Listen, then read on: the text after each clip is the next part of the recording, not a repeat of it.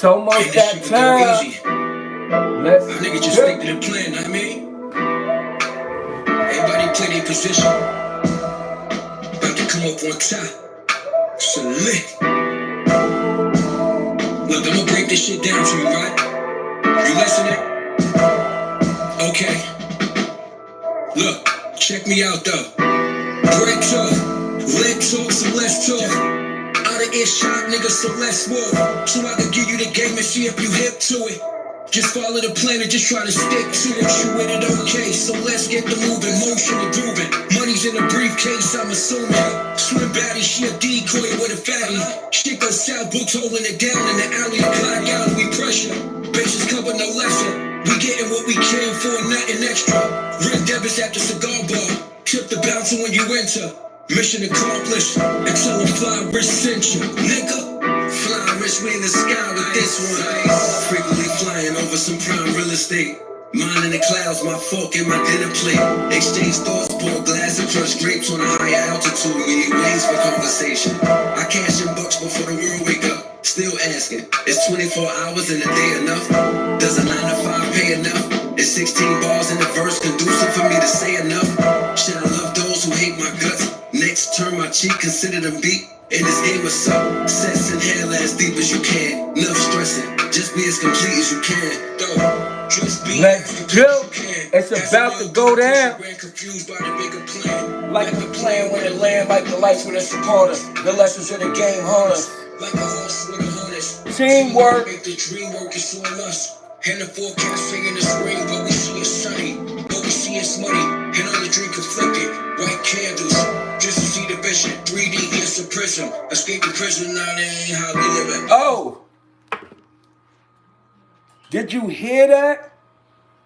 Are y'all understanding? Are y'all getting in the mood? Are y'all feeling the vibe? Let's go!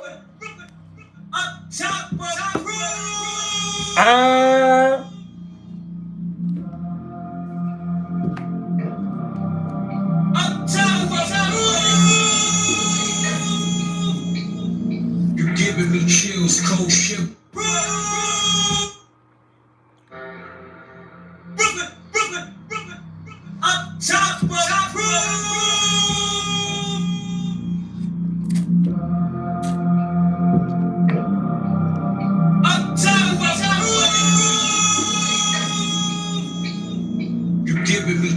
Cold shivers, what I'm feeling is real and it's no nigga.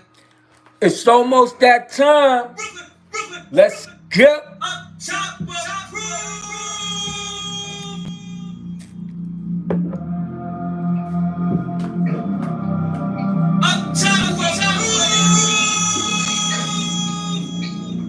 You're giving me chills, cold shivers, what I'm feeling is.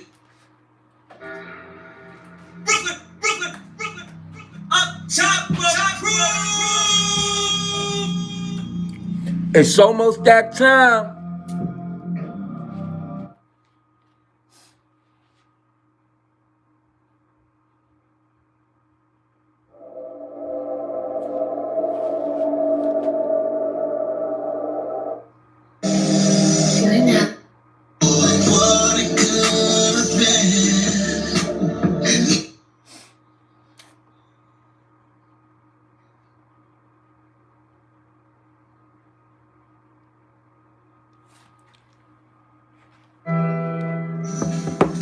Pull up, pull up. It's about to go down.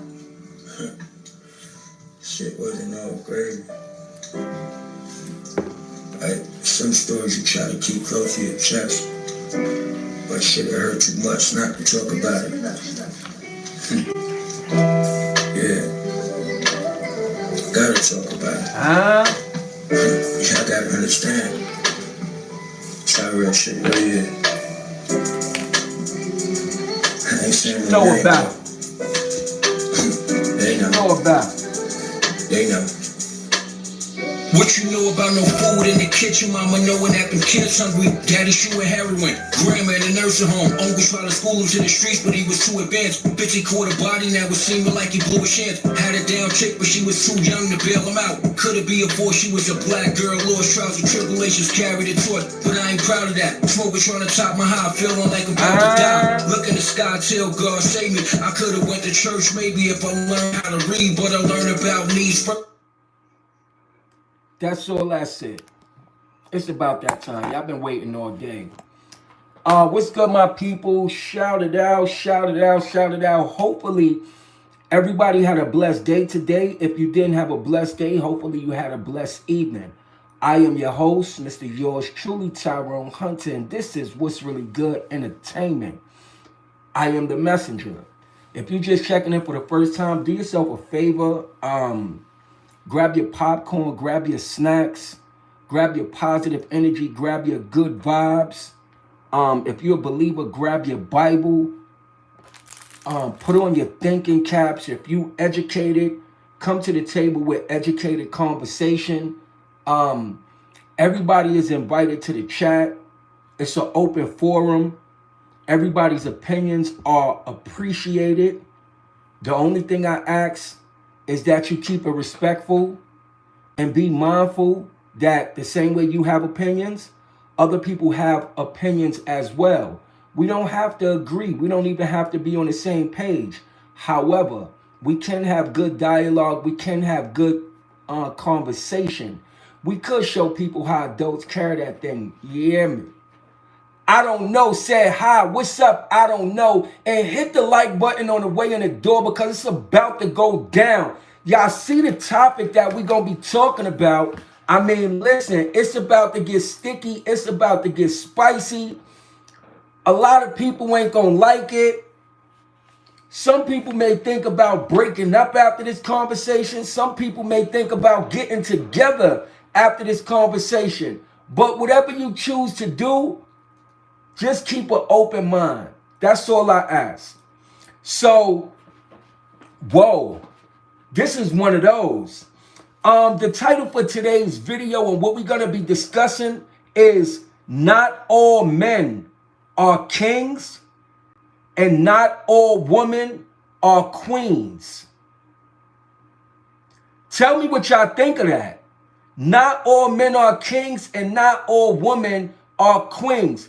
Shout it out to Cullen in the building. Wagwan. Wagwan Super. Midday. Shout out to JR the best. He said you're the best YouTuber ever. Thank you. I appreciate that. Appreciate all the emojis. I don't know 100% true. Most people are annoying as F and conniving. Whoa. This is why we gotta talk about it, because so many people, females as well as dudes, they feel they the best thing since sliced bread, and that is not the case. We gonna break it all down. Bless up Mr. Cullinan, DJ Khaled, we the best. Yes, we are the best. Listen, we're not children no more. We're grown. This is Friday. This is Friday evening. You could be anywhere in the world, but you checking in with your boy, Mr. Yours truly, the messenger. Now, a lot of females and a lot of dudes right now, they getting ready. They putting on their Sunday best so they could go out there to the club. Now, let me give you a little idea of what that look like. We know some of these females, they put on all of this makeup. They put on all of this hair weave. They go and get their little dress from Forever 21. They borrow their friend's shoes. They leave their house dirty as I don't know what, and they be out in the club trying to act like they all that in a bag of chips.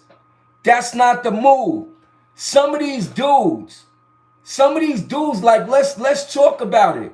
Some of these dudes, you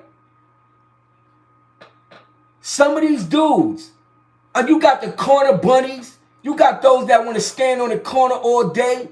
You got those that don't want to get no money. They just want to sit on the couch all day. They want to smoke that za all day. They want to pop them perkies all day.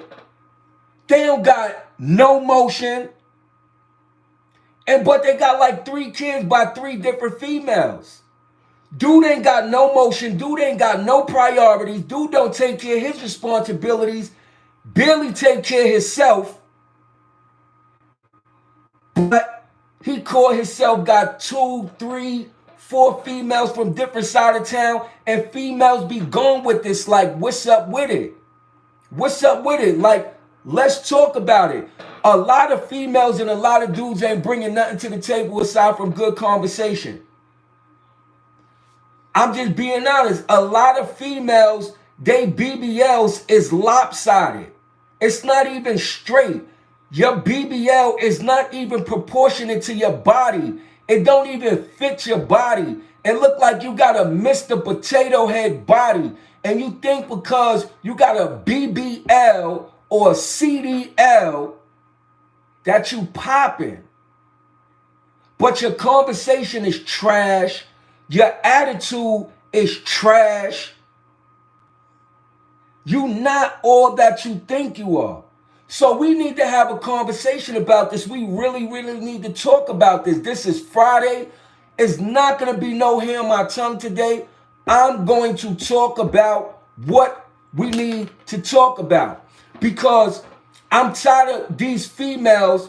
You got these teenagers running around 12, 13, 14, and 15 years old. And they're looking at the example of some of these women and they thinking that's the way it's supposed to be. Listen, women, it doesn't matter how many dudes you date. You got to stop telling your kids that they got a new uncle every week. Like, we tired of that. We not trying to hear that no more. Stop telling your kids that they got a new uncle. That's the dude that you messing with. Stop trying to have your kids rock with these dudes.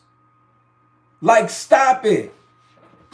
Stop it. You females, especially y'all ones that be putting up these videos, you know, and if a man take you out to Applebee's or a man take you out, you know, to a little cheap restaurant, you trying to charge him up, trying to say he a deadbeat. You trying to say that he got to bring a little bit more to the table when, for one, you could have drove to the restaurant to meet that man there.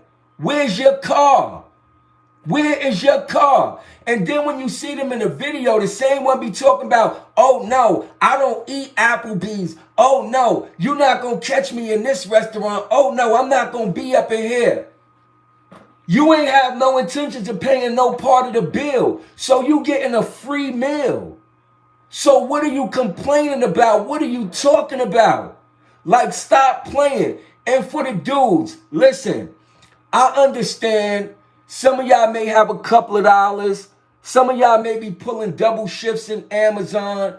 Y'all may be working for the post office. You know, y'all may do a little work on cars. But stop wearing this fake jewelry, champ. Like, stop going on Shein and Temu and stop going on these Instagram websites ordering a starter package where you got a Cuban chain, you got a fake AP watch, you got a fake bracelet, your whole setup then costs $100. You in the club, your neck is turning green, you got your whole paycheck in your pocket, you not even drinking responsibly, you sipping casually because you know while you drinking them drinks, while you buying them drinks, you calculating in your mind like, wait, hold on. I came in here with $400, like $360 of this is for bills. I got $40 to spend on drinks. So you ain't even get a drink. You got a cup of water and asking to put a lime on the top. You out here hummer stunting like you that deal. You trying to catch a female. You trying to catch a fish. You trying to get somebody interested in you when you out here playing yourself. Like, put away the cheap jewelry, bro. Put away the fake jewelry. Females, the ones y'all claiming y'all real, I understand. I know y'all real. Y'all the realest thing in the world. You real from head to toe because your hair is fake, your eyebrows is fake, your eyelashes is fake, your breast is fake, your body is fake. It's like, what's real about you? Stop thinking that these body enhancements is going to make you the perfect mate. All I do is make you the perfect potato head. I'm not seeking to offend. I'm only telling you the truth. I'm only the messenger. At the end of the day, all men is not kings and all women is not queens. We got to get the real out the way before we get into the real conversation. We got to humble some of y'all people. We got to help y'all understand, like, we living on earth, we not in space, right? We are not in space. Dudes, gone are the days you brolic dudes that's like 6'2" and your chest is poked all the way out to the camera because you do push-ups all day, you do pull-ups, and you lift weights all day in Planet Hollywood. You go into the gym, you got the swollen biceps, you got the swollen chest, the swollen arms, you wearing an extra small wife beater, you wearing some too tighty mighty whitey shorts, and you think that because you got some muscles, all the females love you. But you sleeping on the couch and your grandma attic, and it don't even got an AC up there, no window, it don't even got proper ventilation. But you coming out here flexing, you want to stand on the beach, you want to stand on the corner, you in Walmart, freezing cold because they got the AC on, you got on a wife beater, your muscles is so big, your chest is so big you could barely move, and your legs is looking like pencils. Bro, why do you think because you a part-time bodybuilder and you learn to do that when you was in jail, that's where you learn your workout program from, why do you think because you got some muscles that you that deal? You not. Put the steroids down. Like, let's come back to reality. Let's come back to reality.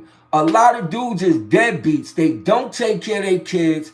They don't take care of their responsibilities. They mama's boys.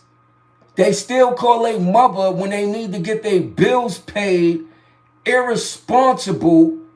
Can't hold a decent conversation. Don't bring nothing to the table but a fork and a spoon. We need to talk about you guys. For you gangbangers, we understand. We understand. You out there on a drill. You out there, you want to rob, you want to steal, you want to kill, you want to do all of those things that make no sense. Listen, man, go to school, get you a GED, go take the training program for Amazon so you can learn how to work in a factory and put stickers on packages so you could get some money and help your mother pay the light bill. Because it's getting too real. I'm tired. I am tired of all of you dudes and all of you females. Most of y'all is half-ass. Most of y'all don't bring nothing to the table but an attitude, but you feeling entitled, you feeling like the whole world owe you something, you feeling all of these things that don't make sense. And then some of you females that want a dude to take you serious, you wait until you have like 3, 4, 5, 9, 12 kids. All your baby daddies dogged you out, but now a dude come along and you want him to take you serious and you want to tell him you got standards, but you ain't have no standards since you was on your second baby father. It's like, lady, cut it out. I am not being disrespectful. I am not being rude. I'm only telling you the truth as exactly as to what it is. And by the way, God bless you. See, God is not gonna say that I'm sinning for telling the truth. You may not like the truth, but we got to share the reality. Y'all dudes got to get y'all mind right. Stop thinking because you walk around and you smoke weed and you pop pills all day, you smelling like a dusty, dirty skunk.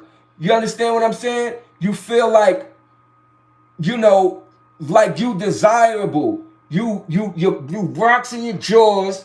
You know what I'm saying? You got on a Pooh Shiesty mask. You looking like you a killer. But how you a killer when you don't even got an own place to stay in your own? How you a killer when you don't even got a car? Most of y'all be going on drills. Y'all be sitting in the back seat.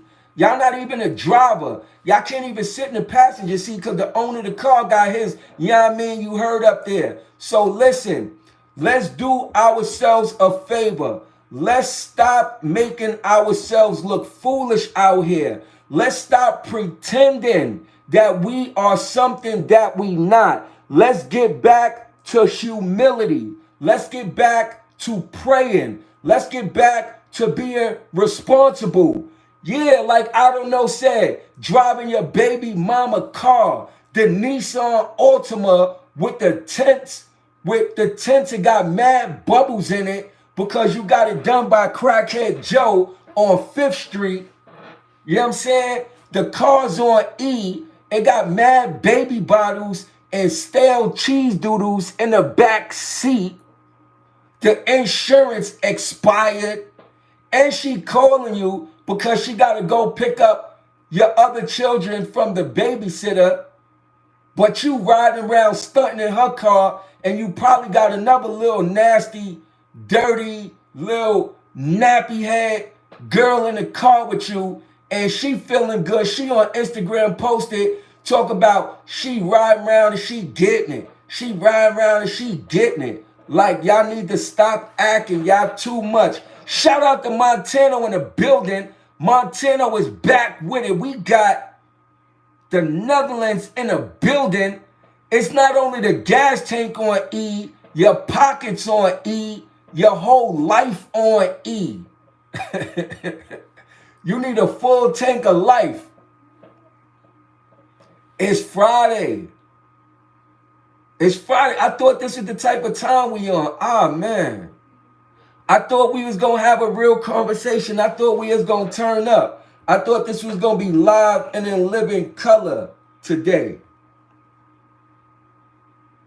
See, that was the not so nice good things about men and the not so nice things about women.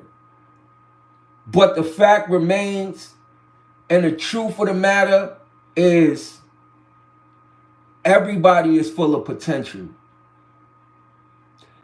Everybody has the potential to be great. It's what you choose to do. A lot of us don't have to live how we living. A lot of us don't have to be out here running around looking like we Tales from the Crypt skeletons, looking like we landed a walking in the living dead. Like, when the last time have y'all looked in the mirror and really, really looked at yourself? Like, some of y'all eyes is bloodshot red, or some of y'all eyes is yellow, like, you know, somebody dropped egg yolk in your face. Your eyes is looking yellow, like you got nothing but bags. Your bags is, the bags under your eyes is packed like you going on vacation somewhere. And you out here running around looking crazy. Slow down. Slow down. Do something what's called take personal inventory, right? Before you step out of the house, look at yourself and ask yourself, do you look like you should be outside? Because some of y'all should not be outside the way that y'all looking. And it's embarrassing, right? Do you know how embarrassing it is for me as a black man here in America, and the way some of these females be coming outside and how they be looking? Like, y'all have on a halter top. You understand what I'm saying? You got like 3, 4, 5 stomachs, mad stretch marks. You got on one of your friend pair leggings, you know, that got ketchup and mustard stains on it.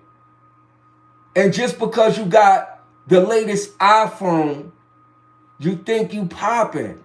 You know, you going into these establishments with all of this attitude. So for me, as a black man here in America, you know, for some of y'all females, if I offended anybody, I'm sorry, not sorry. Because the reason why y'all carrying on like this is because nobody is talking to you. Nobody is telling you that you may not look like a queen right now, but you have the potential to be a queen. For you gentlemen, you may not look like a king right now, but you have the potential to be a king. It doesn't matter what race you are. It doesn't matter what nationality you are. It doesn't matter what religion you are. You know, it's sad that most of our younger black people, they chasing a penitentiary more than chasing responsibility, or more than chasing something that's going to put them in a situation where they're going to be able to enjoy life. It's sad, you know. I didn't want to start the topic off the way that I did, but I did want to start the topic like that. I ain't gonna lie. I wanted to put some people on blast, right? I wanted to let people know that it's not okay, you know. It's not okay being subpar. We accepted that for too long. For those that don't know what subpar is, allow me to let you know. Subpar is below what's standard, or below what should be acceptable. That's what subpar is.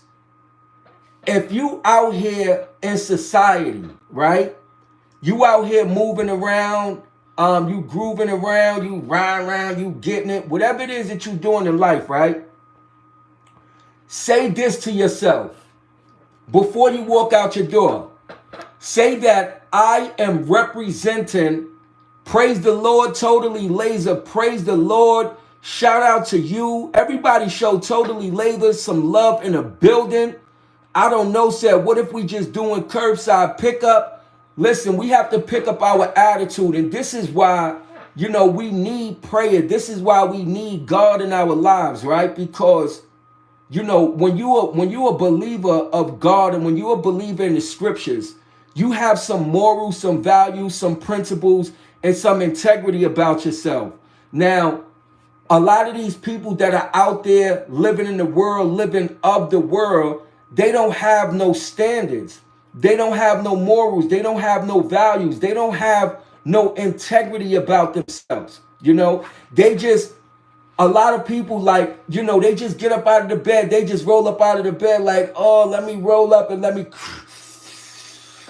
smoke some. Oh, let me go outside and get something to eat. Let me go and holler at the homies. It's like, come on now. How long we been doing that? How long are you going to do that? Gentlemen, look, you see my fingers? You see these fingers? Right? You see these fingers? Gentlemen, it's a such thing called grooming. Do y'all know what grooming means? Grooming means go to the barbershop. If the barbershop is not your thing, go to Walmart or go to Target or one of them stores. Go and get you a razor and practice. It's no reason why you should be out in society looking all crazy like nobody care about you. Somebody love you. You understand? Somebody love you. You don't need to be walking around with all kind of dirt in your nails like you done ate Chipotle's or McDonald's, Taco Bell. You got the flavor all in your nails. You big flavor in your nails face. Like, you know, stop it. Gentlemen, go and get your feet done every once in a while. You know, some of y'all toes look like the other side of a dirty penny. It look like copper. You know, y'all got those kind of toenails that it look like a piece of wood. You know, like take care of yourself, you know? Let's get ourselves together. If we want to be kings, we first have to treat ourselves like kings. We first have to treat ourselves like kings. Now, I finished the male and the gentleman, the male and the woman part of the conversation now, because now I'm going to give some of our men, I'm going to give some of our brothers an opportunity to understand what it takes and how simple it is to get your life in order, right? I can't tell you how to be a woman because that's not my thing. That's not, you know, I can't tell y'all how to be a woman. I wish I had a woman co-host that she could come up here and she could tell y'all that, listen, it's certain things that a woman have to do, you know, with certain essentials. Okay, so now back to my gentlemen's, right? Let's work on being kings. I don't know, said no nail polish either. Everybody can be Travis Barker. Right. So look, it's different teams out here in the atmosphere, right? It's different teams out here in the atmosphere. Everybody got to play on a certain team. Everybody can't. Everybody can't have on or doing we got to have different strokes for different folks. But for the gentleman, right?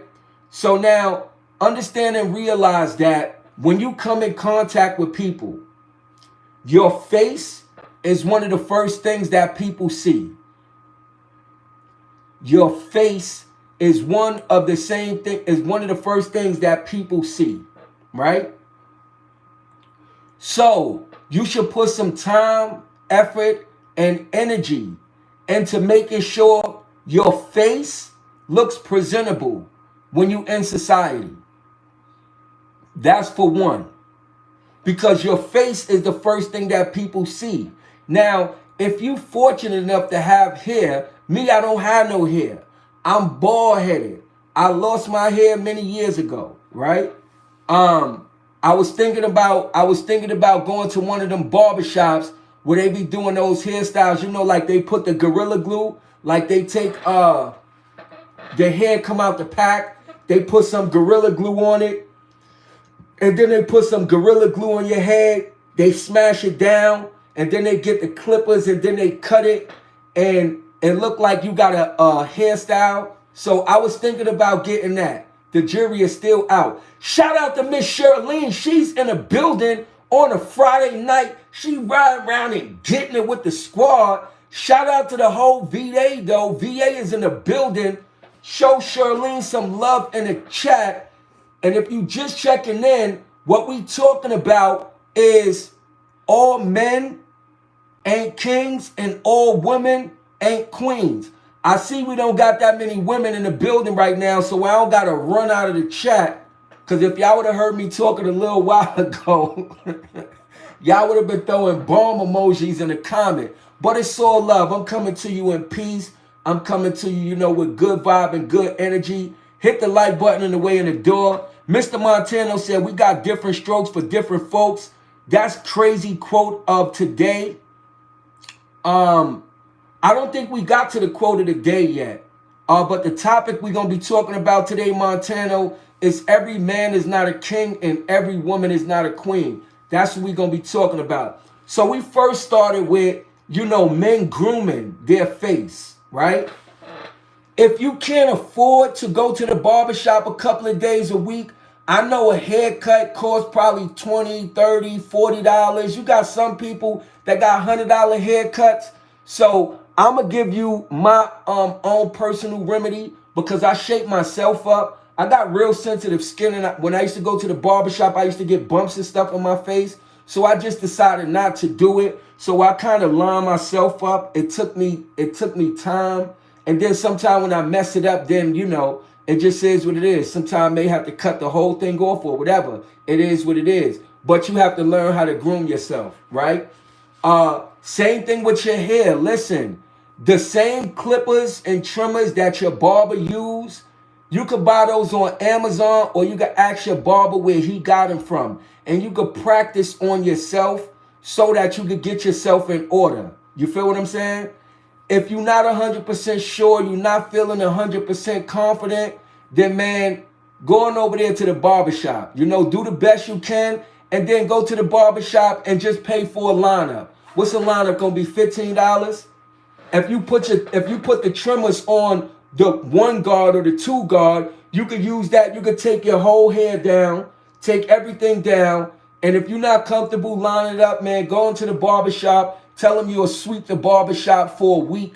You know what I'm saying? If he's lining you up. If you can't afford it, then, you just got to go. Yeah, you got to get a Caesar. The Caesar is the poor man hookup. You feel what I'm saying? The Caesar is the poor man hookup. If you see somebody with a Caesar, then that means they got the lowest haircut possible. It's not about the fact that they don't got the money. They just probably don't want to spend the money. But if you see somebody with a Caesar, then like times is a little hard, times is a little difficult. But Shirlene, we gonna get back into that. I like that. Shirlene said the Caesar. And for the females, the poor hairstyle is the finger waves. The female pore special is the finger waves. You know, like you go to the beauty salon and what they do is smack you in the head a couple of times. They put a hot towel on your head to, kind of lay your hair down. They get some scissors, cut all around until it look like a bowl. And then they put their fingers in some gel and they just smear it on your head on one side and smear it on the other side. You got finger waves. That's the female version of the poor version of the female hairstyle. Cause them lace fronts, some of them wigs be like $300, $400, $500. And I personally be understanding why females be going so hard on dudes in terms of, telling dudes they got to be bringing something to the table. They got to be, they got to have some coins because it's expensive to be a female. I'm not going to lie. It's expensive. Like if they getting their nails done every week and they getting their feet done every week, you figure that's like a 60, 70 ball, like $80. You get what I'm saying? Like that's to get their feet done. And then if they getting their hair done, you know what I'm saying? You got the Remy hair, you got the E&J hair, you got the Hennessy hair, you got the Don Julio hair. All the hair look like liquor. All the names of the hair, it sound like liquor to me. You got the hair that look like it's Indian. You got the hair that's straight. You got the hair that's curly. That's what they call like the different nationalities. Like you want to look Indian, you want to look Spanish, you want to look black, you want to look like you from Italy. Like they got all the different hairstyles. So gentlemen, if y'all don't know, like a female that be going and get that expensive hair, like them lace fronts and stuff like that. So that kind of hair, right? You talking about they could pay $300, $400, $500. $300, $400, $500 for the hair. Then they gotta get it installed. Like, they gotta get all of those crazy glue strips. They gotta get the stocking cap. I don't know if it's the stocking cap or if just they be buying like the whole long pantyhose and they just, cut the foot part out and put that over their head. But look, they gotta, not only do females gotta get the hair, they gotta have the stocking cap. They gotta have the glue. They gotta have, somebody to put it on.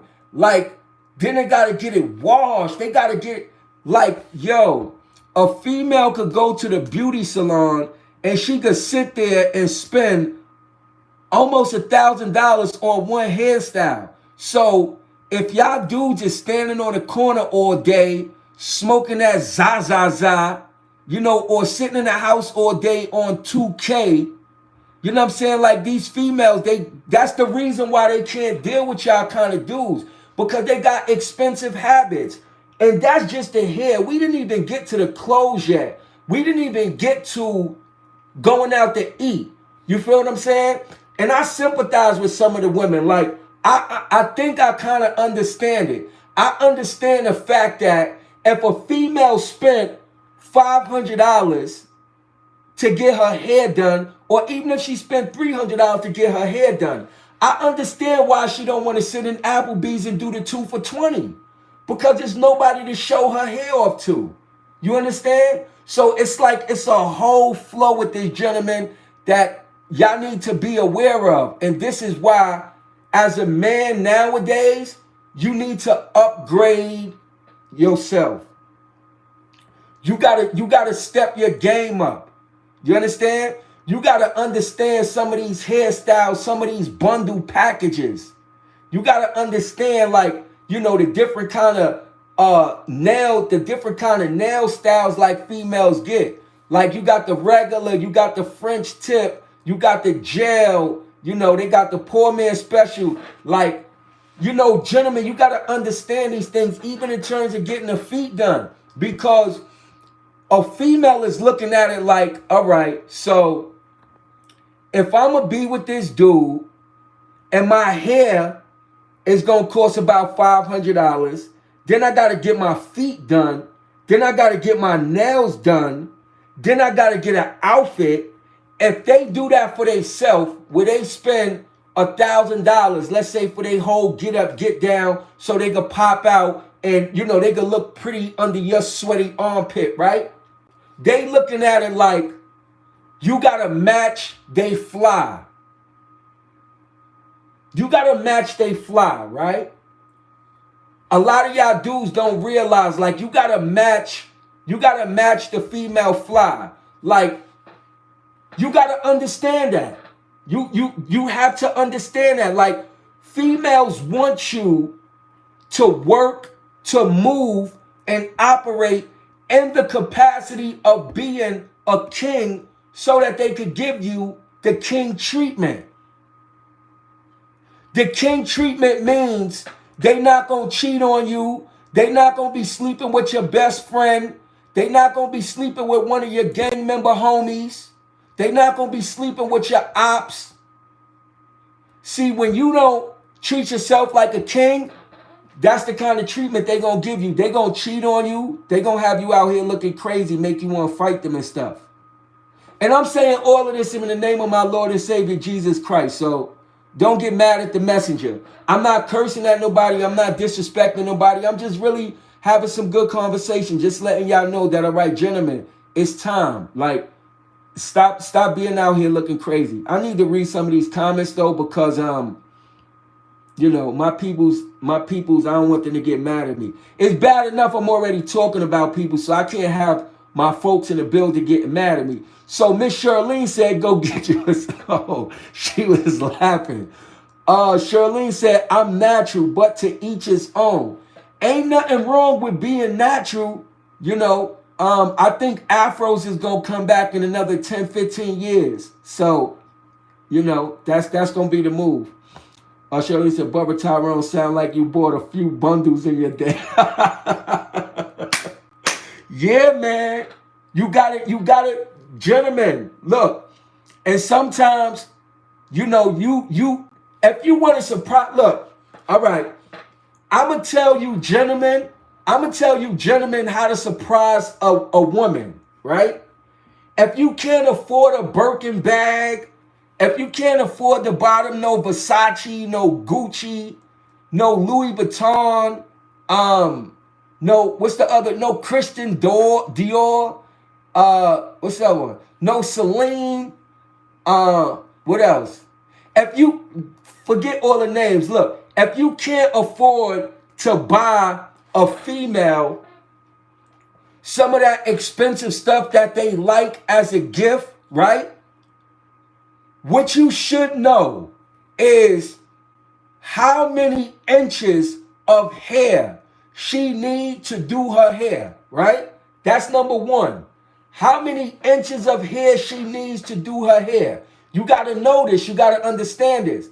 And the reason why you got to know this and you got to understand this, because if you find out how many inches and you find out the texture of her hair, you probably could go on one of those Chinese websites and you could order her like a bundle. You could order her a couple of bundles of that and you could get it delivered to your house through Amazon. You take that, you put it in a gift bag, you put a flower in there, you spray some nice cologne. Like you could go to, you know how you go to the department stores and they be giving you like those free samples. They be giving you like the free samples of the smell good cologne. Yeah. So you can take that, you can rub it all in the bag. You can get a free sample of the Gucci. You can rub that all inside the bag to make it sound, you know, to make it smell good and give that to her. She don't have to know that you bought the bundles off of Amazon or if you bought it from one of those Chinese factories. But at the end of the day, it's going to be the thought that counts. She could be like, oh, he bought me a bundle of hair. She don't know where you got it from. You feel what I'm saying? So, you know, that's why you got to, you know, it's certain things you got to know. And then that's when you be on the road to getting you some king treatment. Just understanding some of the things that are important, you know, to women. That's going to put you on the right track. Larway said, ladies' hair is expensive. So So can I? So the question, Lawway, and hold on, let me give my shout outs. Shout out to Tom. We got Tom in the building. Shout out to Lawway. We got Lawway in the building. Everybody show each other some love in the chat. I don't know, said if she could do it herself, then what does she need him for? Look, because it's not that she need him, right? But it's all about the fact that if she don't treat you like a king, she gonna treat you like a peasant. You understand what I'm saying? So if you want to get the king treatment, like the peasant treatment is she gonna cheat on you, she gonna talk about you to her friends. You know, she not gonna be faithful to you. She not gonna keep it real with you, you know. She gonna have more than one, she gonna have more than one dude in her life, you know. So that's the peasant treatment, right? But Lawway said ladies hair is expensive. So Lawway, give us some examples of like some of the expensive hair that's out there, because we got some gentlemen in the chat that they may want to buy females. They may want to buy females, you know. They may want to buy females some hair for a present, you know, to see if they could get some king treatment in their life. Nick, I'm gonna shout you out anyway, Nick. Nick came in the building and Nick said my grills look silly. I appreciate you. We appreciate you. We thank you for the comment. You being all that you could be. So we not even mad at you, you know? It's a lot of things a man can give woman besides hair. Okay, so we in the chat. We got the conversation going. It's a lot of people in the chat. Every man is not a king. Every woman is not a queen. So the females in the building, let the gentleman know what it takes for a female to treat a man like a king. The Psych War podcast said, your title is so elementary, bless your heart. Shout out the Psych War podcast. We appreciate your comment. All comments are necessary. All comments make sense. The title to you may seem elementary at the end of the day, but the topic is not elementary. And nobody in here ain't coming to chat for a discussion at Harvard College. So this is Friday. We having grown folk conversation. So hopefully, I mean, you can add something to the conversation. I don't know if you are male or female, so let us know what your perspective is in terms of men being kings and women being queens. We would like to hear it. Charlene said love, affection, and protection. So are you saying that to say, Charlene, that that's what a female requires to treat a man like a king? Psych War Podcast said, don't be trying to block me. No, I'm not going to block you. Like, every comment is important. Unless you're talking something like real crazy, off the wall, you good in the hood. You good in the hood. I don't know, said True Charlene, but if that's one thing he can take off your back, he should. I don't know. I agree with you. It's expensive to be a woman. Trust me, it's expensive. If you look at a female, like those that are really put together, a woman, not female, a woman. If you look at how a woman put themselves together, you know, with the clothes, with the makeup, with the nice shoes, with their hair in order, with their nails in order, with their feet in order, with their attitude and personality in order, with what they driving in order, you know, having, you know, their own decent residence. All of those things is expensive. So I really honestly and truly think that gentlemen should be more of the mindset to bring something to the table aside from a hard penis and a smile. I think y'all should bring a little bit more to the table. Montana said, must be mad at Nick. I don't know. For me, it's his ethics and temperament. Okay, I don't know, said it's his ethics and temperament. That's interesting. Give me, I don't know, give me a little bit more. Because I'm with you in terms of the ethics and the temperament. I'm with you on that. But give me like some examples of the ethics and of the temperament that females look for in order to treat a guy like a king. Shirley said, I don't know. Yes, that's true too. I guess I may look at it different because I'm married. Okay. Yeah, married, okay, so since you said you married, Shirley, so let's approach that topic, right? Because you have some people that's married that the man don't treat their woman like a queen, and the men don't treat the men don't treat their woman like a queen, and the women don't treat their men like a king. They treat them decent, they tolerate them, but they love them, they do right by them, but king and queen, that's like a level above.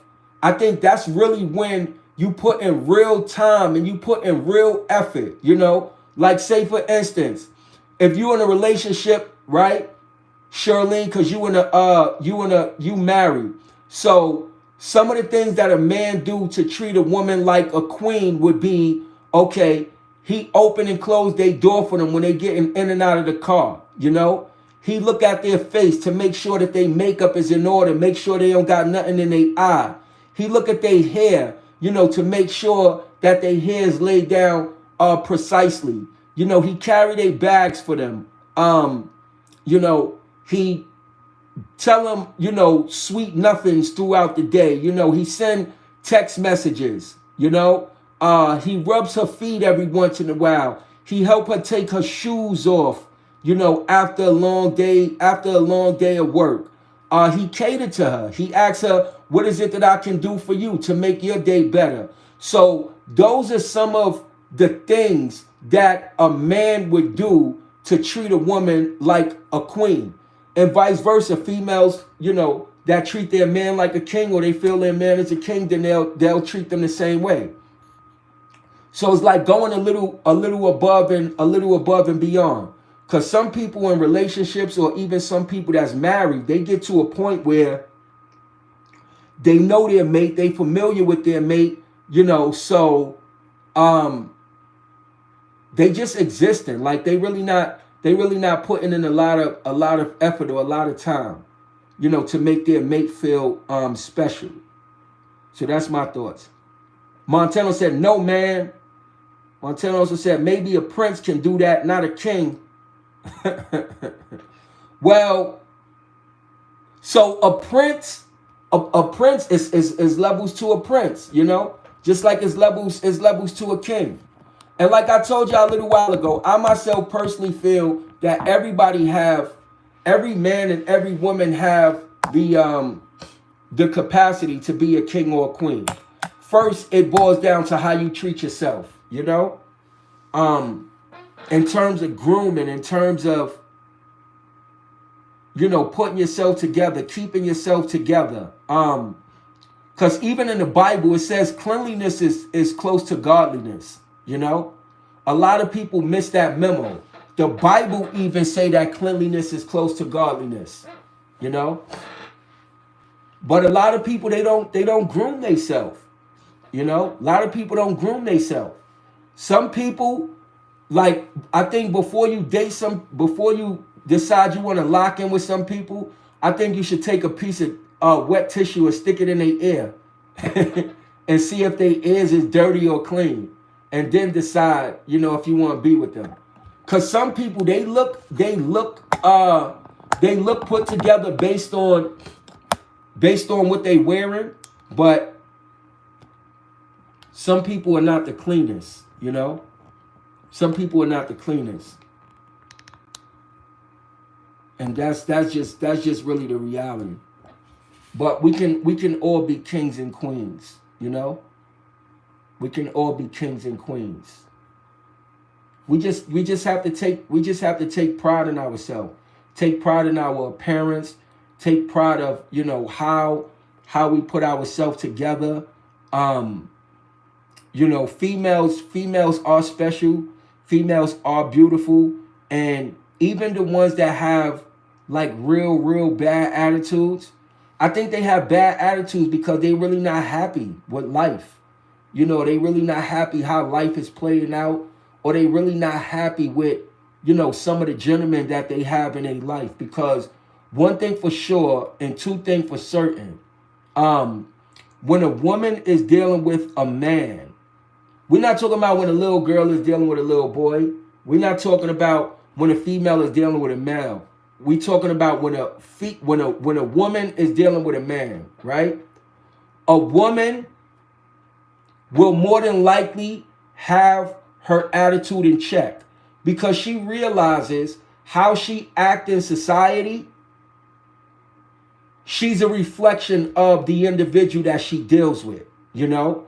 And if she's out there acting ratchet and beside herself, acting like she got no sense, acting like she got no class, and acting like she got no dignity, a woman knows that people are going to look at her, and the first thing they're going to wonder is, I wonder what kind of man she got in her life. And then they'll start to cast judgment. Oh, he got to be a bum. Oh, he can't be about nothing. You know, he can't be a strong man because, you know, because if he's a strong man and he's about respect and he carry himself with respect around her, then she's going to reciprocate that energy by being respectful towards him, being respectful towards herself, as well as being respectful when she's out in public, when she's out in society. See, this is grown folk talk. I know I'm going to lose a lot of people. A lot of people, they can't really get with this conversation. But all you got to do is absorb it, right? All you got to do is absorb it and then just rub it in your skin like lotion. And save this video so you can play it back, so you can get an understanding as to how it goes, and some of the things that makes a man a king. Some of the things that make a man some of the things that make a man act in the manner that he does, act in the capacity that he does, right? And one thing about a man who considers himself a king, he's looking for a queen, right? It'd be a lot of discussion out there, like females be saying it's no good men out there. And I'm gonna take a sip of this tea and then I'm gonna answer that. So let me ask for any females in the chat, you know, aside from Shirlene that's married, because I don't want you to get in trouble, but you could still answer it if you want.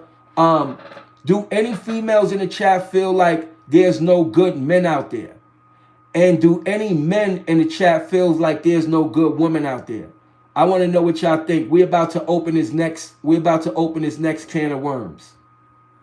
Let's talk about that topic, like whether, you know, it's any good men out there and it's any good women out there. Let's talk about that. Let's open that can of worms. Because a lot of people be touching on that. And we doing it from, you know, the perspective of love and just of sharing information. So let's see if we could deep dive into that. And by the way, it's Friday, y'all. It's Friday. I appreciate everybody that's being in the building. I appreciate everybody that's being mature and responsible adults and that's not running the streets like heathens.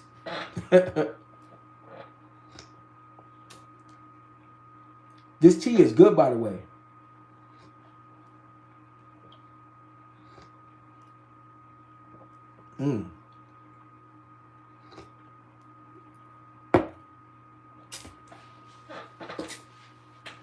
Okay.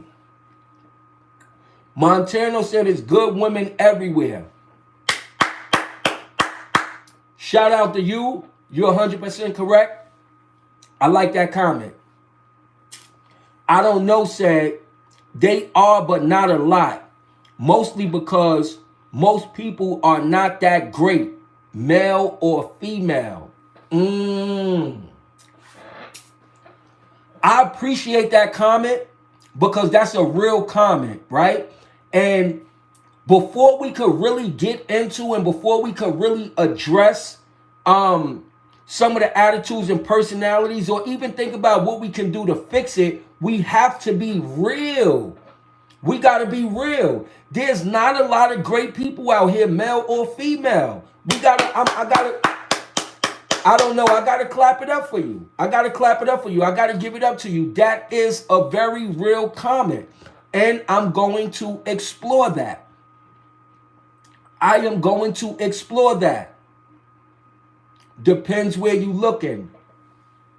That's true. But Montano, because you live in the Netherlands, over here in the United States, it's crazy. I don't know if you stay up to speed on what's going on over here, but for the most part, yeah, it's a lot of people, both male and female, that are not great anymore. So I don't know. Let's wait. Hold on. Before I explore it, let me see what Charlene is saying. Miss Charlene said, before meeting my husband, I felt like that. And after marriage, I carried that feeling until he told me he not those men. And I'm not going to make him pay for what those men did, what those men done to me. Shout it out for Charlene husband, because that's a man right there. See, a man is going to let you know that there are boundaries, that there are limitations, that you cannot bring your old mess, your old junk, your old past hurting and feelings with Ray and Dwayne and Lil T and Big Head Money G. You cannot bring your trauma from those relationships into a new relationship. But that's how you know when you're dealing with a man, if he just gonna pull you to the side and be like, listen, look, check this out, right? I know what you might be used to. I know what you might have went through, but I'm not them, right? And you got to give me a fair shake of the dice. The same way you gave, them, the same way you gave them deadbeats an opportunity, you got to give him a fair shake. And now look at it. That's why you decided to marry him, because you know you got a man in your life. Every relationship deserves a fresh start. Exactly. That is 100% correct. IDK. That is 100% correct. But I want to go back to what it is that you said a little while ago, where you said most people are not great male or female. So a lot of people are not great male or female because a lot of males, as well as a lot of females, have went through some bad relationships with some not so good people. And some of those people that they experience relationships with have, have some of the attributes of the people that I was talking about when I first started the video. I said it in funny, I said it like in terms of being in a joke, but I was real serious, because good people get in relationships with bad people and it could turn them sour and it could turn them spoiled. And then they'll bring that over into new relationships that they have, and they may bump into a good person, but because they was scorned and because they was hurt and because, they got dragged through the mud in their previous relationship, then sometimes they want to get even and they gonna drag an innocent person through the mud. So that's one of the reasons why there's not a lot of good there's not a lot of good people out there, because there's a lot of people that are hurt. There's a lot of people that them went through a lot of different things. And this is why God is so important. This is the reason why God is so important, because people don't realize their ways and their actions and how their ways and actions affect other people. People don't realize that. And a lot of times nowadays, like with some of these relationships, is you can have a good man and you can have a good woman in a relationship, right? But it may be something missing. Like you have different kind of food. You have regular food that is like, I can eat it when I'm hungry, right? And then you got other food, you be like, that was some good food. And then you got other food that you like, oh, that was so good, I want to take some home. So relationships is part of the same, right? Some relationships are mediocre at best. And that's because people don't know that they have to show up and that it's other things that they have to bring to the relationship aside from just being a good person. You know, a good person don't always make somebody fall head over heels, you know? And I think that's where a lot of people get it confused. Some people think because they got a good job, because they go to work, because they don't cheat, because they don't party, you know, because they may go to church and they living their life right, they feel like they should have the perfect mate. But it's like, what are you doing to make that person feel like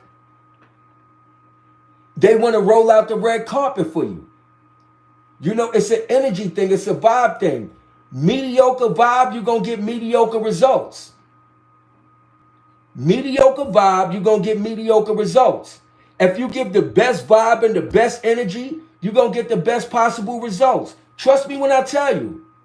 Because that's why people grow out of love. That's why people be married for years and years and years, and then it get to a point to where they no longer want to be married. All of those things are for a reason. You can't be mediocre, or you can't be given mediocre treatment and expect that you're going to have the best possible mate. You're setting yourself up for failure. Trust me when I tell you, you're setting yourself up for failure. Charlene said, once a good girl gone bad, she gone forever. Jay-Z, Jigga Man, yep, Jigga Man did say that. But the same thing holds true for a man. Once a good man is gone, he gone forever. You know how many females is sitting back regretting the fact that they let certain dudes go? You know how many females is regretting the fact that they gave up that dude that was working construction. They, you know, the one that used to know how to fix the sink, know how to unclog the toilet every time it got clogged, handyman, fix stuff up in the house. A lot of females regret they gave that guy up to deal with a thug in the street that left them with 3 kids, and now they in prison doing 25 to life, and they got a whole lot of tattoos in their face. A lot of females regret they made that decision. Trust and believe. Seriously, inconsiderate people are the biggest pet peeve. Right. Inconsiderate people are definitely not a good look. And like I said, they could be good people, but they're just inconsiderate. Now, let's answer the question, IDK. Why are they inconsiderate? Because they probably wasn't taught to be considerate. They probably wasn't taught that level of a relationship. They probably wasn't taught the importance and the significance of being considerate. See, a lot of people think that certain things are common sense. But there's a lot of people that wasn't taught a whole lot of things. And they come into these relationships and don't really even know how to be in a relationship for real. You know? So it has to be the other party in the relationship to teach them what they don't know. See, a lot of people don't want to do that. A lot of people feel like it's not my job to raise you. It's not my job to teach you nothing. It's not my... and look, there we go. There we go. There we go. Thank you, IDK. Thank you. Thank you. You must have knew I was going to talk about you. That's why you was laughing. You must have knew I was going to talk about you. That's why you're laughing. That's why you hit me with the laughing emoji. Now look. I respect your opinion. I respect your feelings. But now let me share something with you. This is from the heart. Let me share something with you. A lot of people feel they not teaching nobody nothing. A lot of people feel that way, right? Now, ask yourself this question. I'm not sure if you got kids or not, but I'm going to start there and then I'm going to bring you up. Why do people teach their kids? Because they want their kids to be the best that they possibly could be. Why do teachers teach kids in school? Okay, I'm gonna help you out. No kids, no pets, no plants. I'm gonna help you out. Why do teachers go to school and get a degree to become teachers to teach other people's kids? Because they realize the importance that if you teach somebody something, quite naturally, they're going to become a better individual. They're going to become a better individual. See, it's the same thing with cooking food.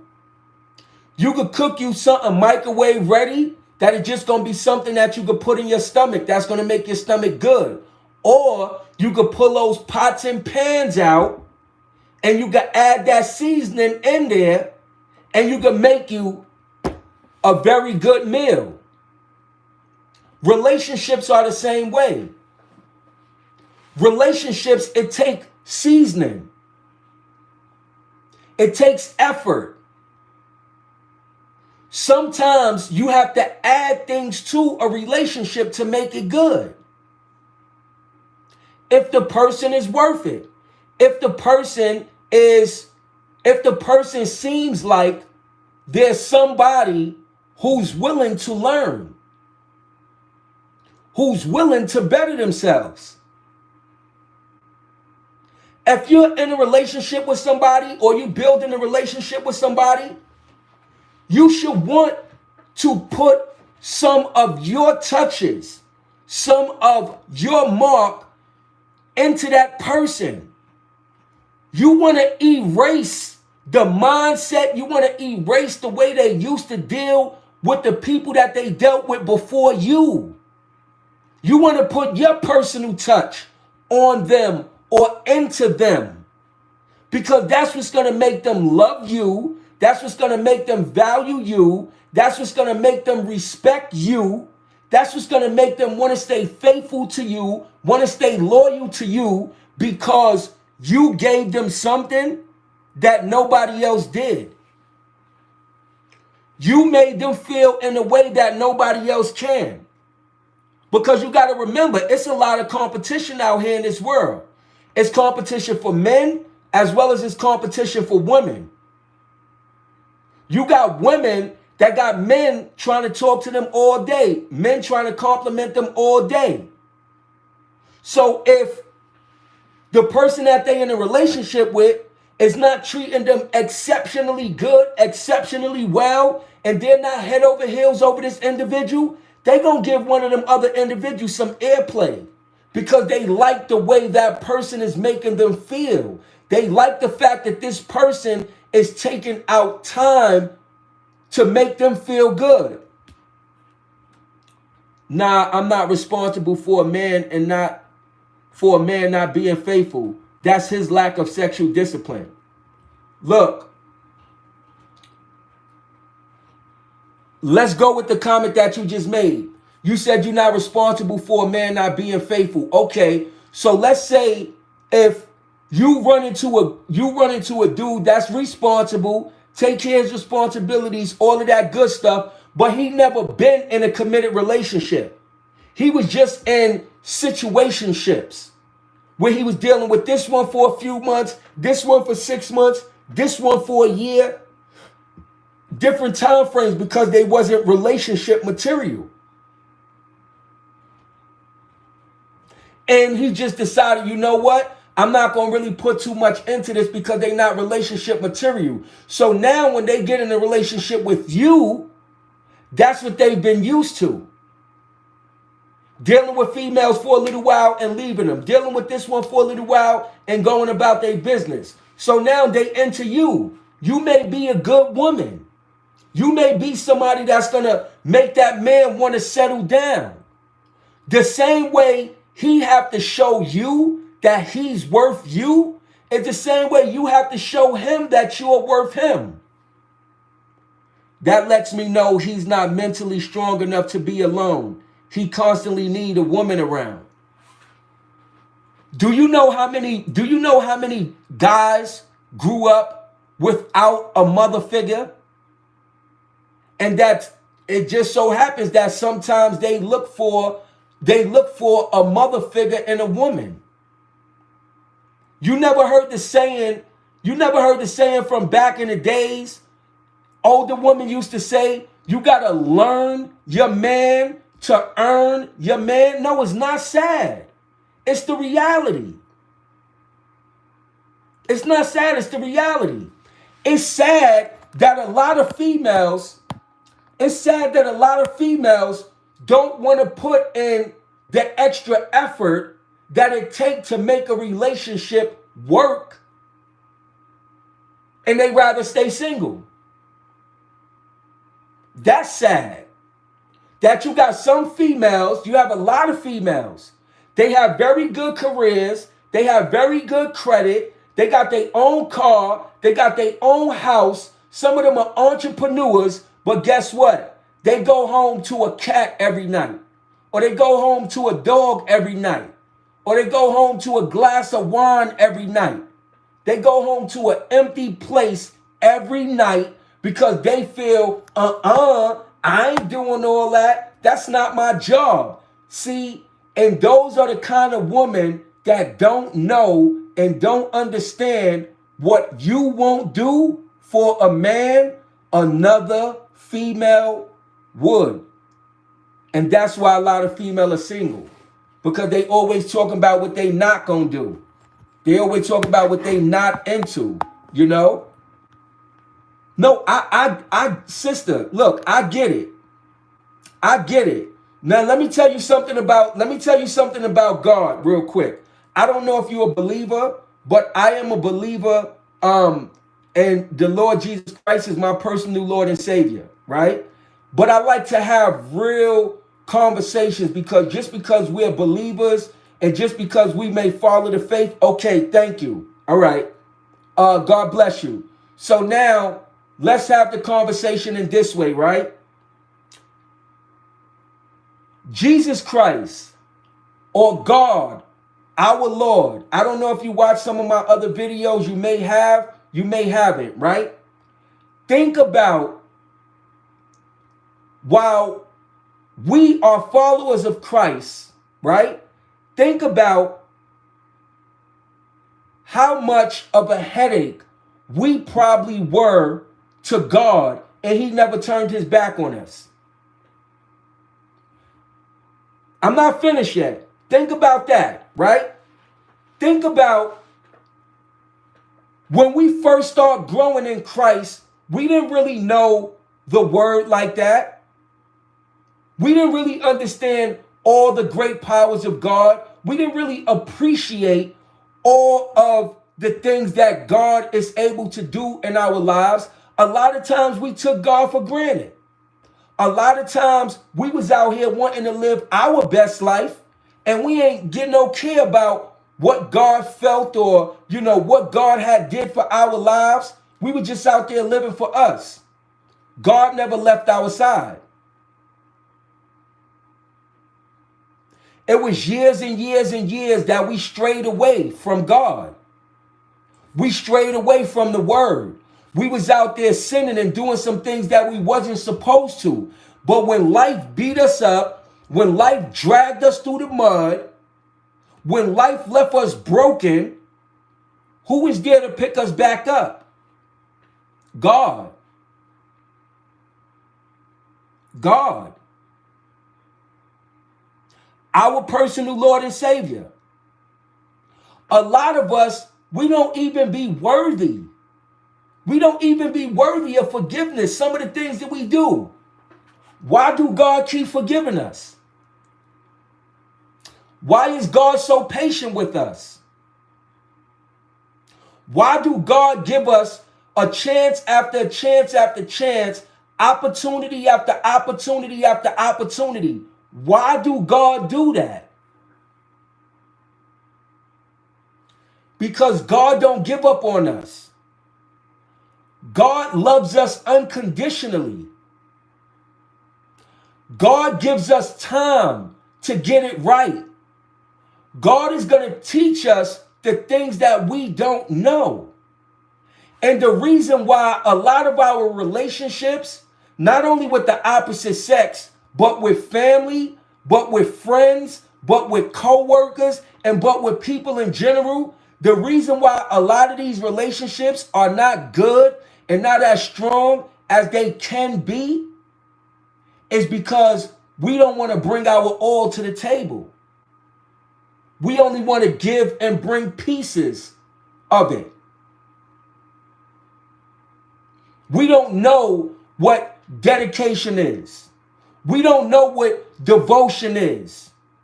We don't know what putting it all on the line for what we believe in is. We don't know what not accepting failure is. Because the fact remains, if you are in a relationship and you're dealing with a relationship with somebody and it fails, it takes two people to make a relationship fail.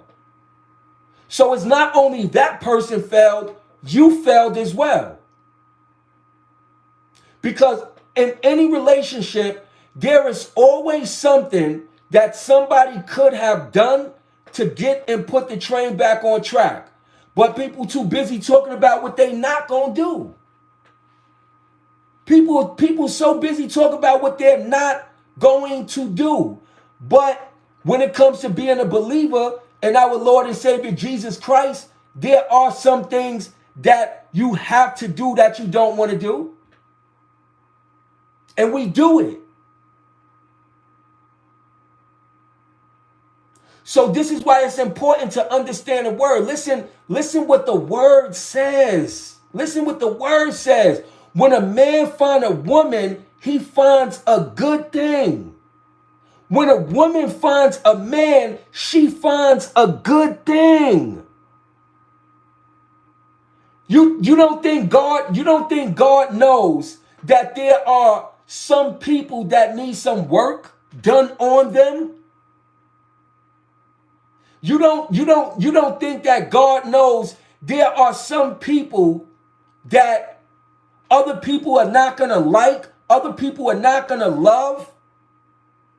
Do you understand that if you find yourself in a relationship with anybody, or you starting off a relationship with anybody, that it wasn't they themselves that brought themselves to you, that God directed them to you, because God knows that you have it in you. You have the power to make this work.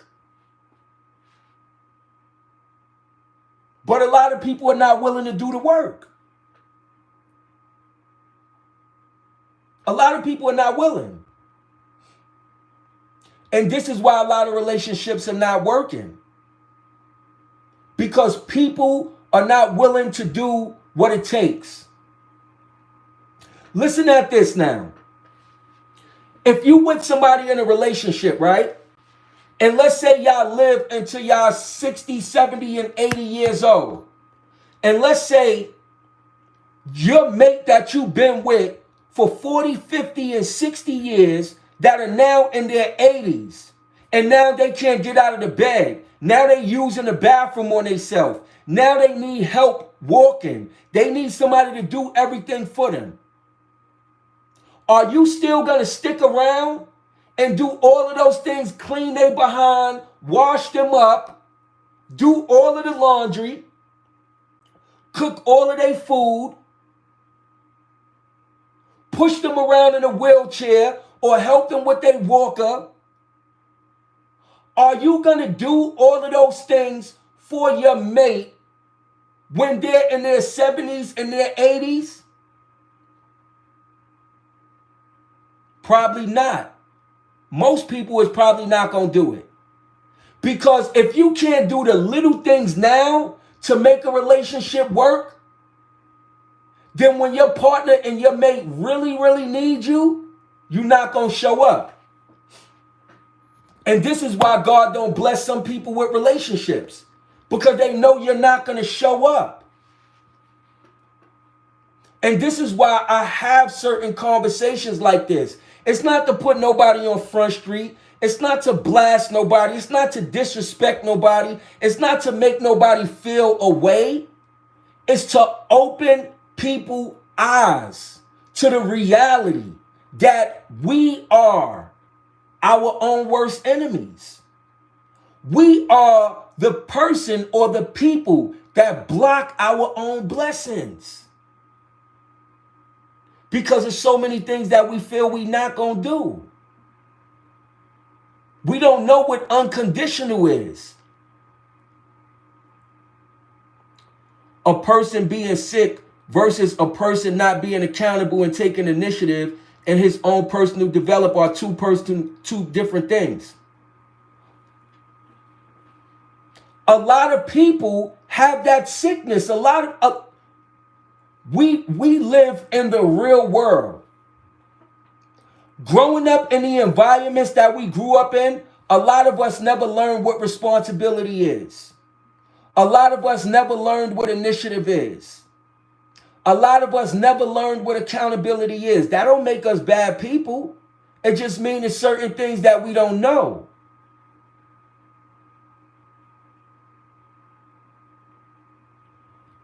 So he could go learn it. Okay, all right. Let's go in that direction. Let's go in that direction. Now, when a man is in a relationship with a female, right? And vice versa. Anything I say is vice versa. When two people are in a relationship, they want their mate and their significant other to be their all, to be their everything. To be the person that they could go to about whatever, whenever, however, no matter how often. So if you are not willing, to be the things that a man needs, then guess what? That man is going to find somebody else that's going to fulfill his needs. That's what happens. Some men's needs are they need to learn accountability. Some men's needs is they need to learn responsibility. Those are some men's needs. I don't want to be his everything. I mean, I respect it. Hope he find a relationship of his dreams. Look, sister, I respect it. I respect it, you know? But I'm just giving you the reality, you know? I'm just giving you the reality of the situation, and that this is why a lot of relationships are not successful. Because some people don't even know how to be in a relationship. Some people don't know what it requires to be in a relationship. When you're in a relationship, you're supposed to be strong in the areas that your mate is weak. And your mate's supposed to be strong in the areas that you are weak.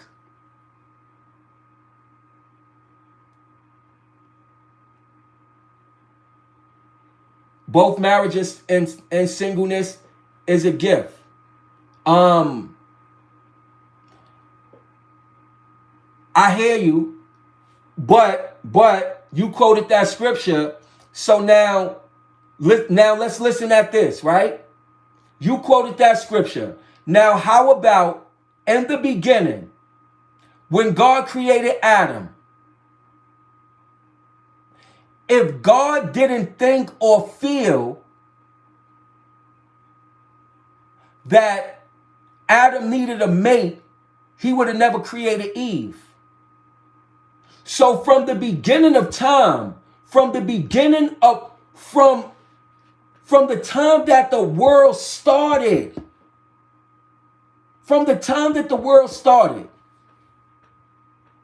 God created Eve for Adam, for companionship. Why would God create Eve to be the companion of Adam if God felt that man and woman should be single?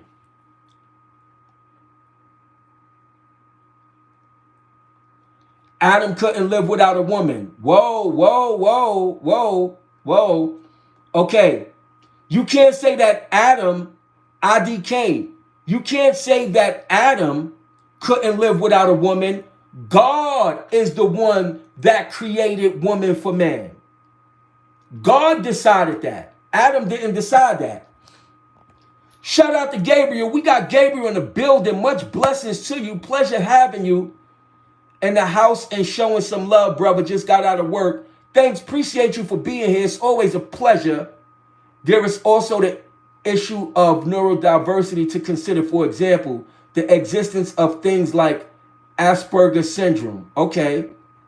I find an apocryphal text, the Gospel of Thomas, interesting, which said, "Blessed are the lonely, for they will find God." Praise Jesus. I mean, look, IDK, question, because I am not here to change anything. This is just dialogue, and this is something that happens all too much, right? If we want to get certain jobs in life, we'll do whatever it is that we need to do to get that job.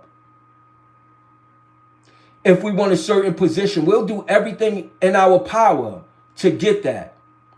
If we're materialistic individuals, we'll work as many hours as we can, even though we dead tired, to get what it is that we want.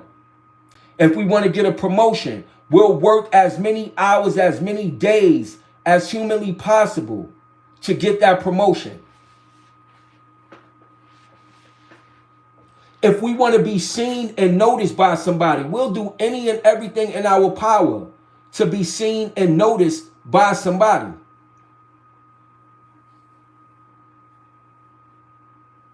But when it comes to some things, we're so quick to say what we won't do or what we're not going to do. Nah, I don't believe that. Ain't nobody walking away from no job because it's not worth their peace. Because we got bills and responsibilities out here. That may work in the matrix, but in the real world, that don't work. But you know, all in the same, I appreciate your comments. I appreciate your perspectives. I appreciate your feelings.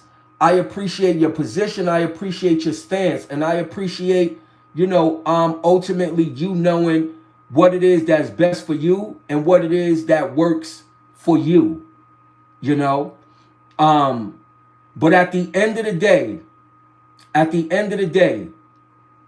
a lot of women, especially, they are the ones so much that say and feel what they not gonna do for a man or to be with a man, but are the very same ones that want a man to jump over all kind of hurdles and obstacles to be with them. See, the major difference between a man and a woman, and this don't go for all, it's a great majority. A man will be with a woman that don't have nothing, that will build her up into something. A man will do that. A man will step in and take on a responsibility of raising somebody else's kids because he cares so much for that woman.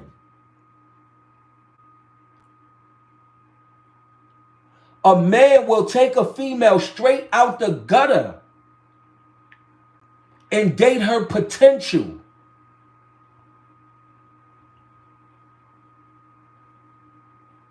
But not too many females will do the same. And that's one of the major issues in the dating scene nowadays and in life, that's one of the major issues, is that a lot of females are not flexible. You understand what I'm saying? A lot of females, y'all want this knight in shining armor. Y'all want this so-called individual, but y'all can't even be the kind of individual that a man needs. And this is why we're going to this is why we're going to continue to go through this. And this is why kids are going to continue to grow up and be running the streets. This is why. Because people want to put their personal feelings, their personal thoughts, and thoughts in front of what makes the most sense for the collective. And this is why we live in the kind of world that we live in. This is why all of these teenagers are going to jail. This is why all of these teenagers are running the street. Because everybody feel that they don't got the time, that they not going to put in the effort. That is not their responsibility. This is why we live in the kind of world that we live in right now. This is the reason why. If you think back, look, listen to this. Listen to this. If you think back, think back to these females and the music that been being put out over the past 10 years, right? Think about all of these females, how they been talking about, I don't need no dude, I don't need no scrub, take a dude for everything they worth. If a dude can't provide a Birkin bag and a da-da-da and a da-da-da-da-da-da-da, they don't want him, they don't need him.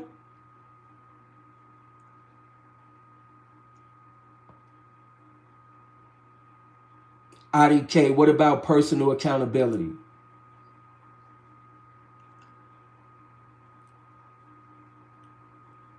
What about personal accountability?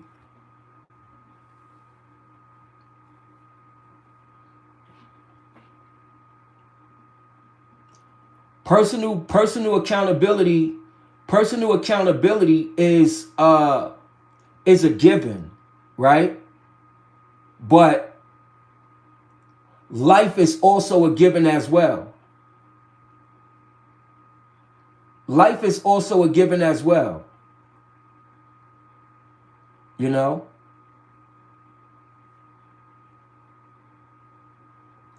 Hey, listen. I'm gonna say this and then I'm a lead this topic. People need to be accountable for their own shortcomings. I'm not responsible for random teens going to jail. All right, listen to this. Right? So, at one point in time, women didn't have the right to vote. At one point in time, women didn't even have the right to work.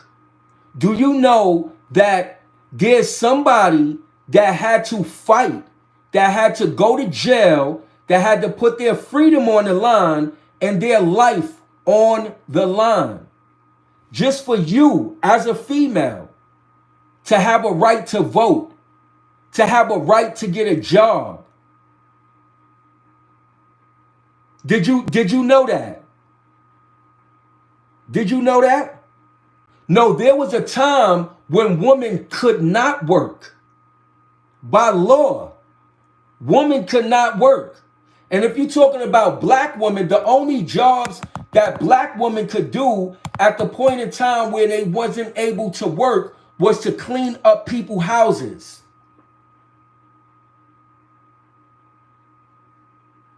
There was a time where a such thing existed called segregation,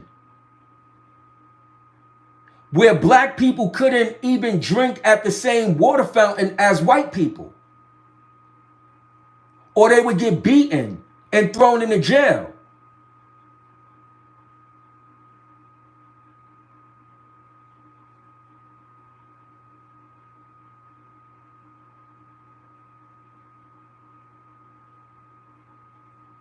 Martin Luther King, Malcolm X, all of these things that they fought for, you are enjoying the privileges right now. There are people that died, black and white. There are people that died for the privileges that you have right now. So, and this is what I say by certain conversations is necessary, right? Because what I'm learning, and this is no disrespect, and it doesn't make you a bad person, but what I'm learning just about having this conversation with you, right, is that you are a very selfish individual. You don't care about nobody but yourself. So that's the reason why you're lonely. Because you all about self. You say you don't care about the teens that go to jail, okay, but you'll care about them if they break into your house and try to bring you harm. You'll care about them if they put a gun to your car and try to take your car. You'll care then. See, and this is the biggest problem that we go through in society, is people don't realize that when you say you don't care about something, there's going to come a point in time where it may affect your life. It may affect your life. You know?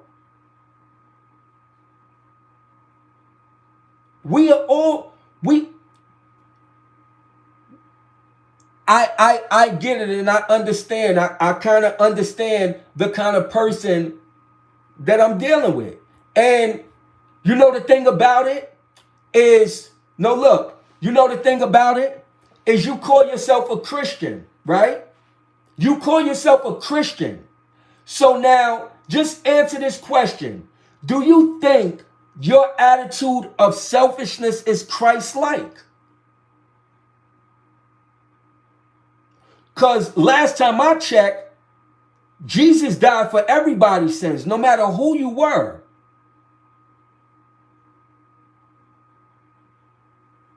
You're not a Christian, you're a follower of Christ.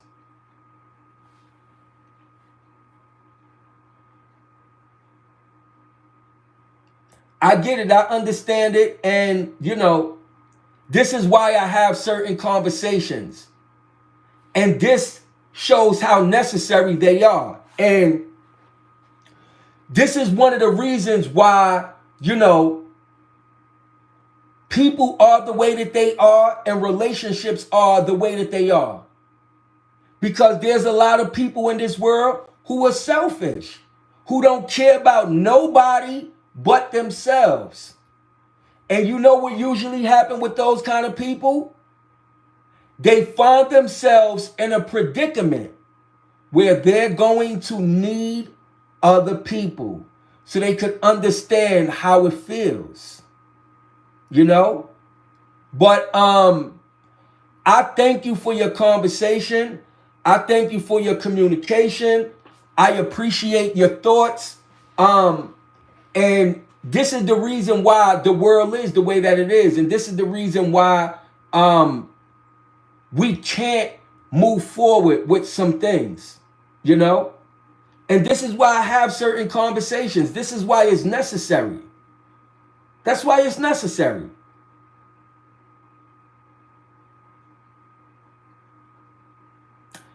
But if you being you and you thinking about yourself and you having a spirit of selfishness and that nothing else concerns you but you, listen, I wish you all the best, okay?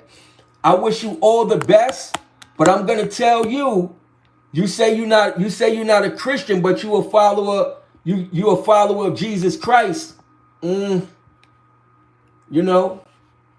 pray that the Lord open your eyes, and give you greater understanding, because had it not been had it not been for Jesus dying for our sins, where would we be?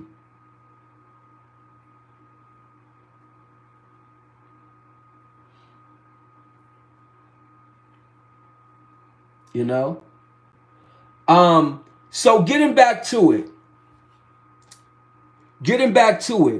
And we just like to highlight certain things, right? This is why certain conversations are necessary, because in this world and in this life that we live, there is such a great lack of understanding amongst people in general. And this world that we live is never going to get better until people as a whole seek to change their ways. You know? Things are not going to get better until people as a whole seek to change their ways. At one point in time, I was a person that I didn't care about nobody. I grew up, parents was addicted to drugs, started fending for myself at an early age. The streets raised me. And as a result, I experienced a lot of things that if I had parents that were about raising kids, I probably would have turned out so much better.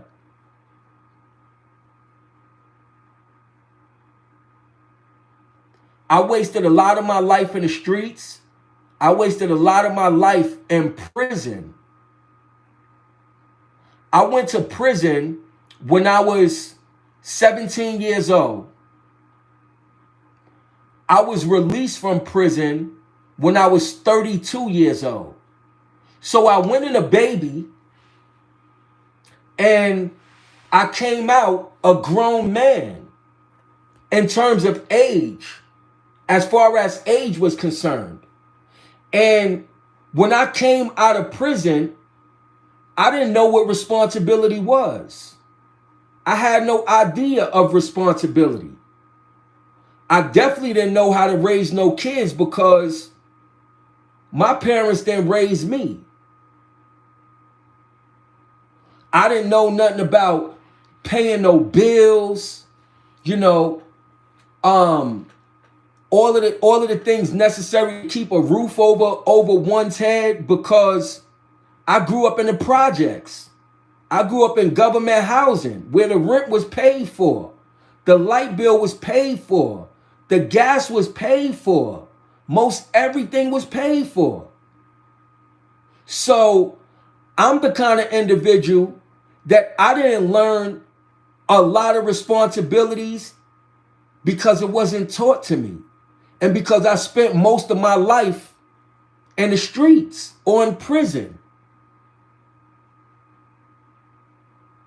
But that didn't stop me from learning. That didn't stop me from learning. And to be honest with you, a lot of things I learned from experience.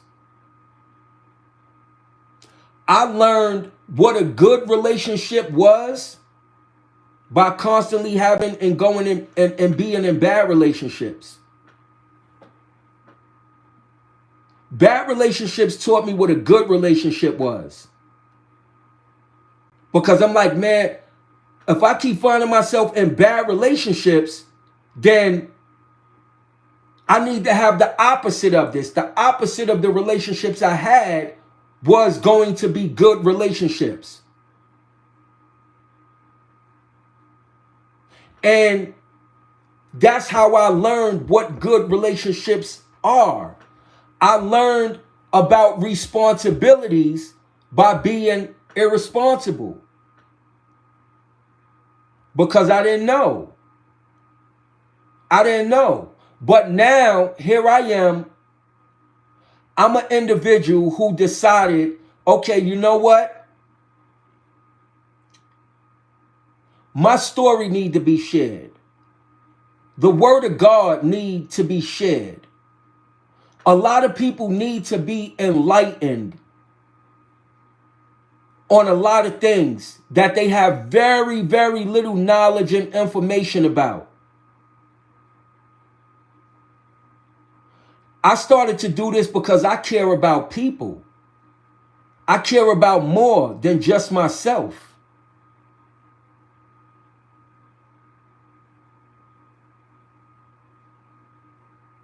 A lot of things I learned about life, I had to learn the hard way.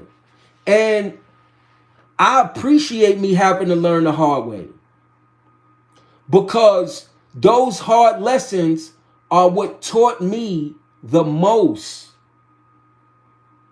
Me growing up and not having my parents in my life to raise me is what made me the father that I am today.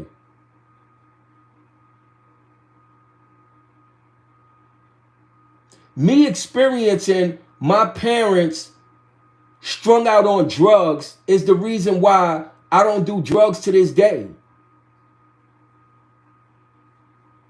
So, a lot of my life experiences, the smartest thing I did was do the opposite of what I experienced.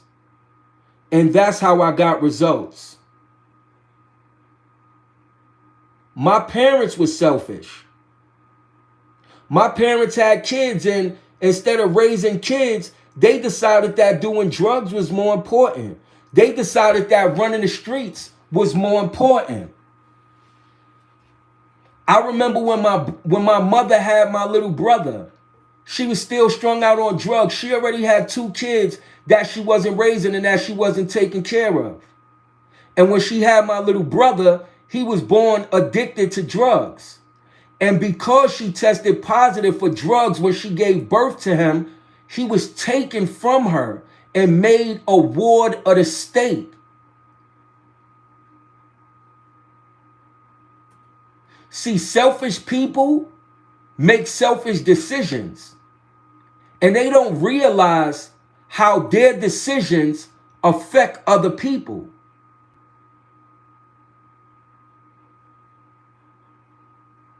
All of those that's out there selling drugs, that's only caring about them making money for their pocket, is the reason why so many people are strung out on drugs. All of this fentanyl that's riding around all of these different states is drug dealers that's putting this fentanyl, which is addictive, and other drugs that's killing people and getting people high just so they can make a profit.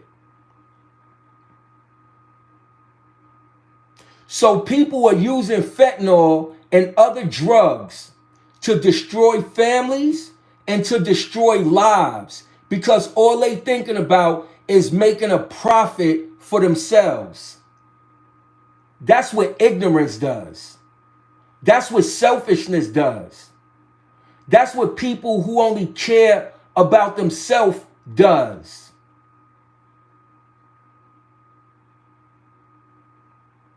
And then we have all of these kids that's growing up that are the result of selfish decisions that parents made. And this is why so many kids in this world lost. So I just pray that God continue to open our eyes so that we could realize we're all part of the same body of people. What one does affect the other. What affects the other affects another. And that selfishness is no different than all of the other evils that exist in this world. Because if you look at all of the evil things that happen and occur in this world, they are acts of selfishness.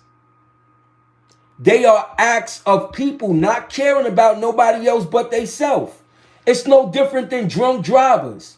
Get in the car, pissy drunk, and then they run into somebody else and take somebody else's life, destroy somebody else's property because they feel that they should be able to go out and drink because it's their choice and nobody else should say nothing about it.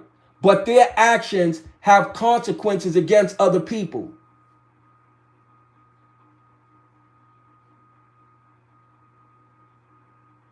Light Skin Tay. Shout out to you, Light Skin Tay. Thank you for being in the building. Appreciate having you. So Light Skin Tay said, yeah, my parents had me when they was drunk at a party as teenagers. They can barely take care of me. So I don't know why they had more kids. And this is what I mean by selfish people making selfish decisions. IDK, I enjoyed the conversation with you and I appreciate the conversation, but I'm not even going to respond to any more of what it is that you have to say because you are part of the problem. You are part of the problem. You don't have to deal with a lot of what's going on in the world because you don't care. But if you was going through it yourself, you would care. And people like you are the ones that they done been through so much in life. They done experienced so much in life that they turn bitter against the whole world.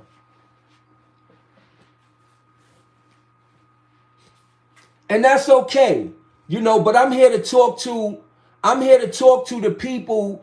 I'm here to talk to the people that want to gain a better understanding. I want to talk to, the people like Light Skin Tay, this is a young gentleman, who don't have to be on this channel, who don't have to be in this chat. But this is an individual that not only his parents, but society fail him every day. And what I'm trying to do as an individual is I'm trying to be the difference. He's not my child. He's not my relative. He's none of that. But I care about him just as much as I care about my own children. Because every child should have a right and should have a right, or, they should have an opportunity to live a life that makes sense. A lot of them don't have that choice. And then we blame them for the decisions that they make. We understand why they're so angry. We try to understand why they're so angry. We don't understand why they do some of the things that they do or why they act like they don't care about nobody else. Because there's so many people that don't care about them. And that's not what God is about. That's not what Jesus is about. That's not what Jesus was about.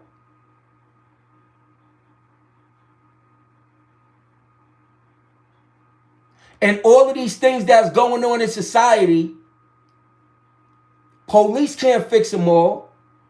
The government can't fix them all. But they're going to affect all of us. So if we don't do something about it, who will?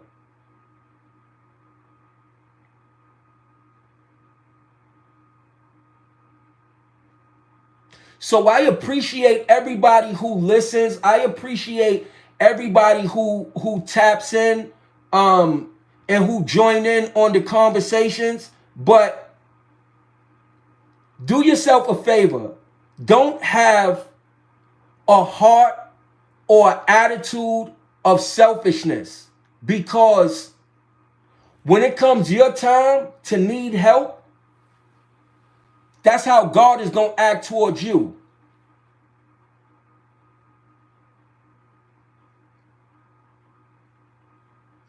I was once that child. I was that child that I was six or 7 years old. And my mother was trying to kick her heroin habit. And she was in my bedroom laying on the floor. And she was throwing up and she was urinating all over herself in my bedroom. That's what I had to experience. That's what I had to experience. And if I took a lot of the things that I experienced in life personal, or only decided to focus on me and what it is that I was doing, I would not be the individual that I am today. I would not have the heart that I have today.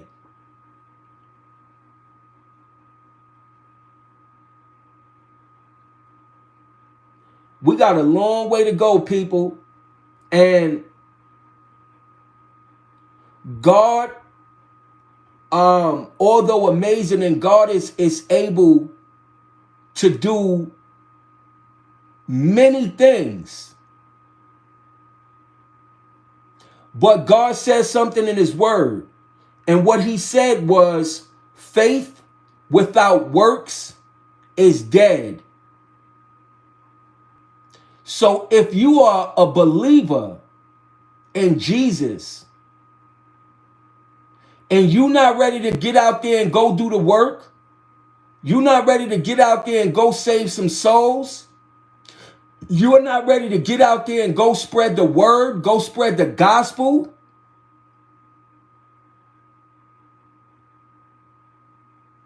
then what do you believe in? You have no belief. You can't be a believer if you're not willing to do the work. And this is why so many people, they don't want to be a part of religion to this day. This is why so many people, they don't want to follow Christ, or they don't want to follow any God,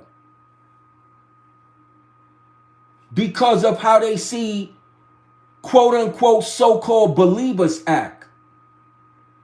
It's disgusting. It's despicable out there. It's despicable. Even in a lot of these churches, a lot of what's be going on, it's despicable out there.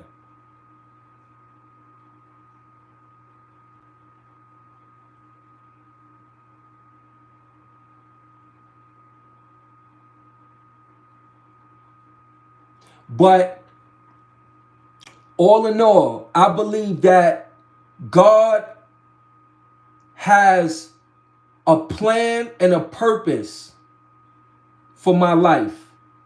And what I'm going to do is I'm going to walk in, as well as I'm going to live in my purpose. And I'm going to be an example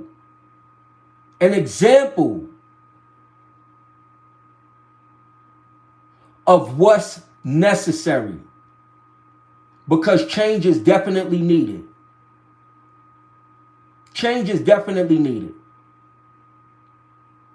A lot of people that exist on this earth right now, and I'm going to be honest with you, I'm not even trying to be funny. A lot of people that exist in this world right now, all they doing is taking up space, because they're not serving no purpose. They're not for the betterment. They're not for the greater good of anybody. A lot of people is just taking up space. Some people would never change. Some people, no matter how much you try to open their eyes, They're always going to be blind. And that's one of the hardest things to accept when you're somebody like me trying to do the work, is the reality that in you trying to do the work, it's always going to be somebody that's going to try to hinder you doing the work. Or the devil is going to rear his head. You're going to have to deal with some of those demon spirits, some of those demon personalities, some of these foul and vile, demon-filled individuals who act like they're saints.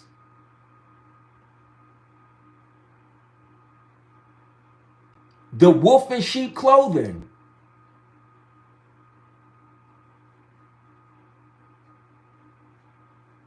So this is why I have a lot of those conversations that I have in regards to what be going on in real life, so that your eyes can be open to a lot of things that you're going to face in this world.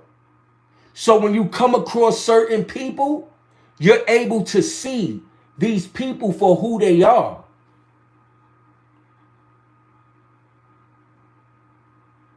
A lot of no good people.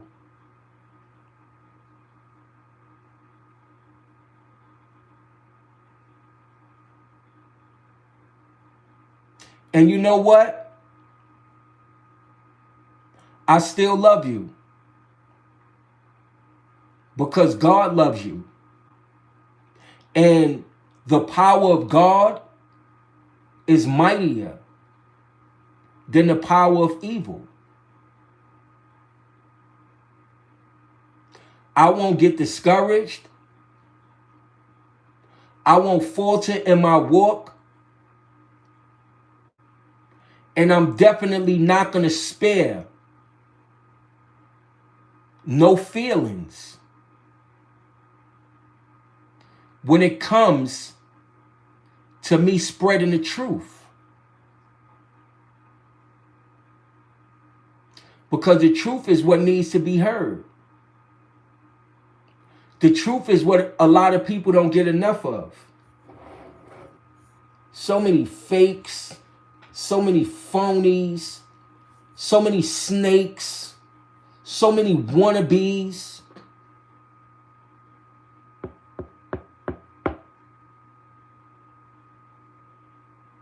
But we all will have our day, good people. We all will have our day. You know? We all will have our day.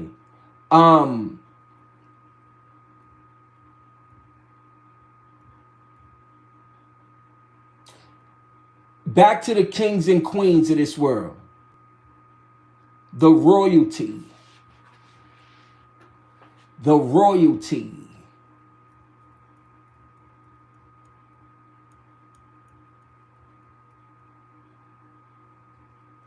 Tom said in order to change, we need to change ourselves. Yes, sir, Tom. That's where change start. You know? That's where change start. You can't change nothing in the world until you change yourself. And one of the things that we have to change is we have to change our hearts. You know, we have to change our mindset. You know? And then we could see true change. But change is definitely gonna come. Because it's that time, you know? Like if you pay attention to what's been going on in the world the past 5 to 10 years, it's been nothing but evil, you know? It's been nothing but evil. Nothing but evil. And you know that the tides are going to turn. The tides are going to turn, you know? Tides are going to turn. Yep.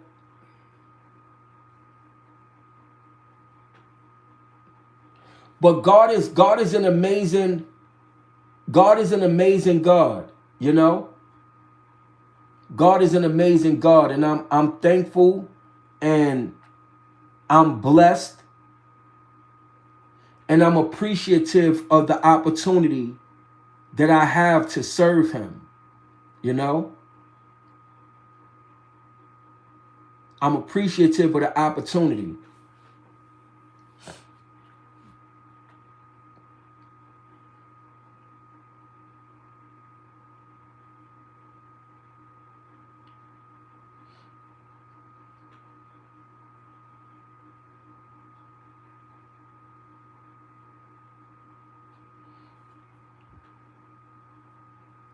I don't know. I agree, but on the flip side, wouldn't it be also right to be the change we need to be part of the change?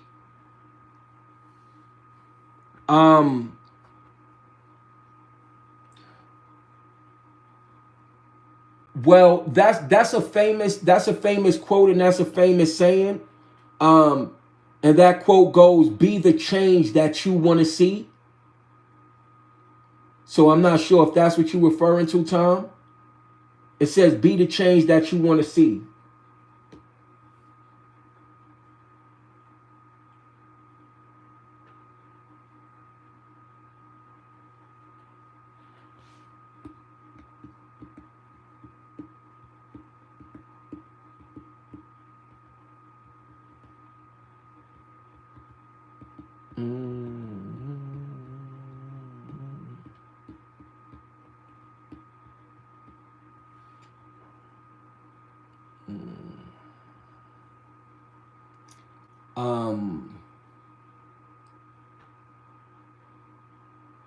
Yeah.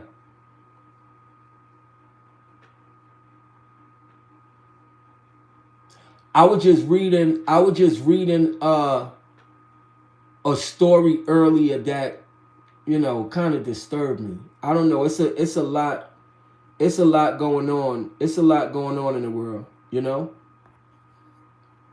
It's a lot going on in this world. It's a lot going on in this world. It's Friday night. It is Friday night. Friday night. I had a whole lot that I want to discuss. I kind of got thrown off track. So excuse me if I seem kind of out of my element.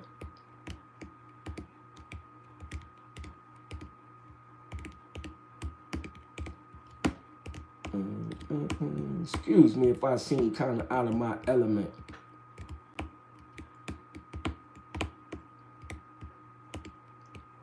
Yeah, that's what I was speaking about. But it was a I was going in a certain direction, and you know, the direction kind of went off. And you know what I'm gonna do? This is what I'm gonna do.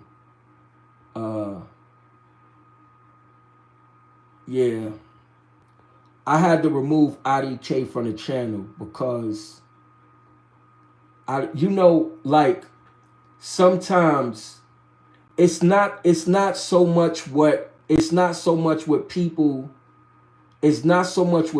say or what people do. But I'm a very intuitive individual, you know? And I go off of what I feel. And you know how sometimes, like, some people energy, it just make you sick to your stomach. So that's kind of what I was feeling. It's not even like, I mean, all of the other individuals, you know, that came across the channel, some that we had back and forth with, or they had difference of opinions. It's not that, but it's that some people, I can pick up on their energy. I could pick up on their vibe, and my soul was upset. My spirit was upset.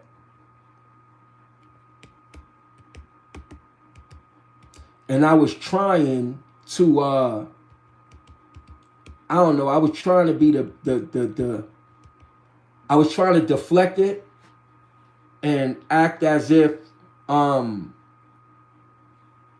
I wasn't affected and I wasn't doing a good job at it, you know? Some people, their spirits is just not good. Their spirits is just not right, you know? It's a certain spirit that makes people think the way that they think and act the way that they act. Because when you look at a tree, right? When you look at a tree, some folks ain't ready to take on board and learn. Yeah, it's not, it's that's part of it, but this is another part of it, Tom, right? When you look at a tree, a good tree is gonna bear what kind of fruit, Tom?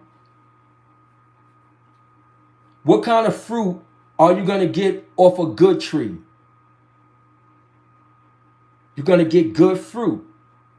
What kind of fruit you're gonna get off a bad tree? You're gonna get bad fruit. So if you are seeking to create an alliance, you know, where everybody are joined together in unity, you can't have an individual in the midst, a person who thinks as an individual, because then that person that thinks as an individual will divide those that are trying to be on the same page, you know? And then when you kind of analyze IDK, right? It's a female. And she says she don't have no kids. She don't have no kids, no pets, no nothing.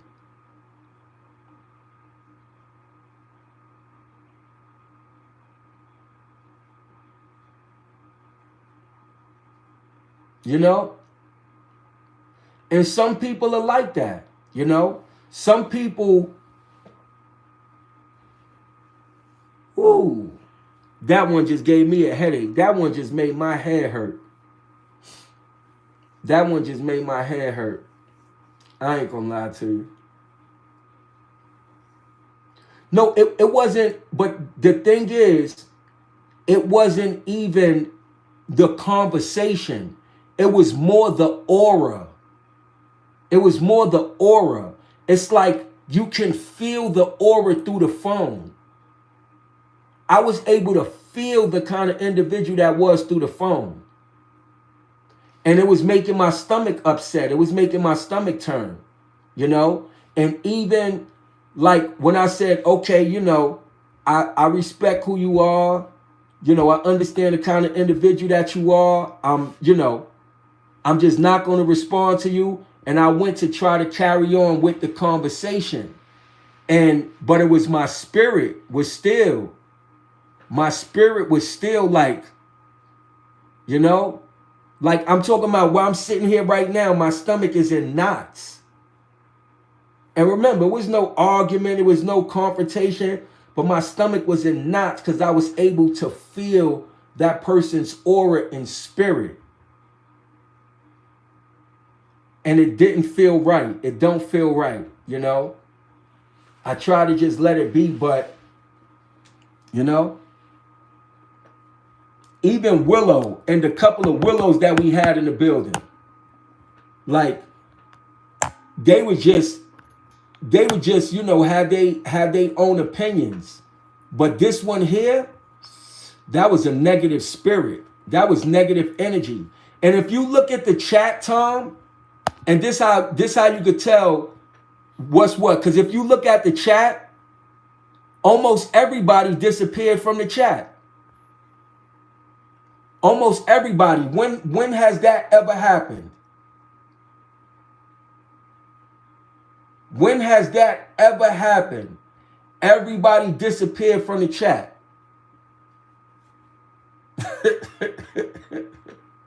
Never. But it happened today. And you're right. It's called discernment. You know?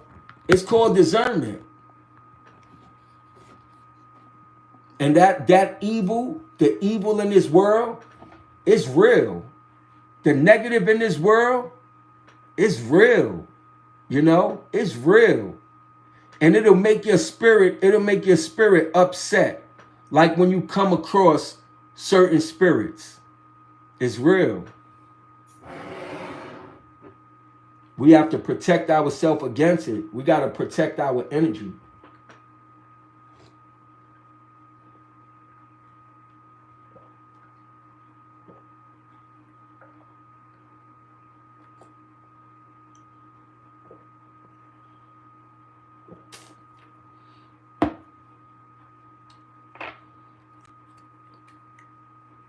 This is some nice tea.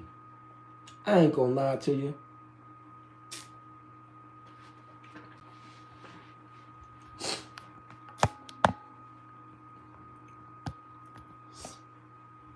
Some people don't want to be led.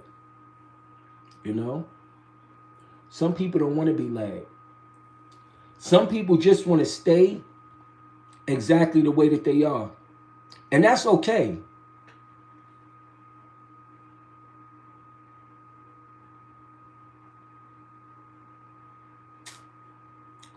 Yeah. So Tay, that was a person that just made it clear that they didn't care about nobody but theyself, you know? And which is okay. You know, you don't have to care about nobody else. But then on top of it, they said that they was a believer. They said that they was a believer in Jesus. And it's like, how can you say you're a believer in Jesus when Jesus don't think like that? And even when I was, you know, seeking to give examples, they skirted right around the example. So that was just a kind of person that just had a real negative spirit and a real negative energy about them. And me, I pick up on people's spirit and people energy. It's one of the things that kept me alive, you know? It's one of the things that kept me alive. Is I know how to pick up on energy. I know how to read the room, read the environment, and get a sense or feel of what's going on. And I know how to remove myself. It saved my life, man. I ain't gonna lie to you. I ain't gonna lie to you. And you got so many of those females out there. You know, they want a God to bend over backwards for them, to do all of these things for them, to show up for them, while they just do nothing. You can't please them. They don't appreciate nothing, and you wind up putting your all into these kind of people, and you leave with nothing. You know, they destroy your whole life. You know, they destroy your whole life. So that's what you you could be careful of, light skin Tay. Try to learn how to read people aura and read people energy, you know? Read people energy. So you can see what kind of people they are, because a lot of these people ain't right, man. A lot of these people ain't right.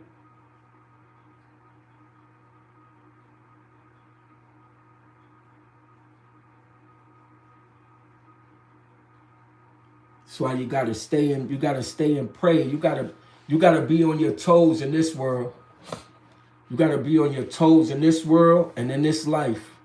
You really gotta be on your toes, because it ain't nothing nice out there. And you can't afford to slip, you know? You can't afford to slip. It's so many vile and evil and wicked people out there. So many of them out there, man.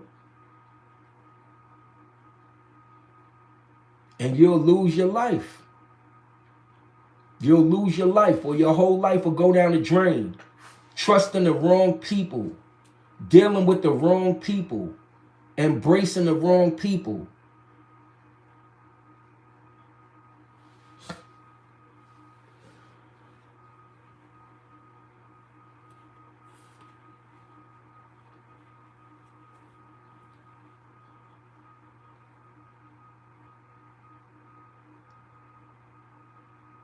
And you know another thing I learned? It's so many people that they don't know how to relate to the struggle because they ain't never been through the struggle. You know? They ain't never been through the struggle. So many people have life easy and they look at, you know, people that been through certain things like it's something wrong with them. But when it come down to survival, when it come down to surviving, people that's familiar with struggle, they always gonna come out on top. Always.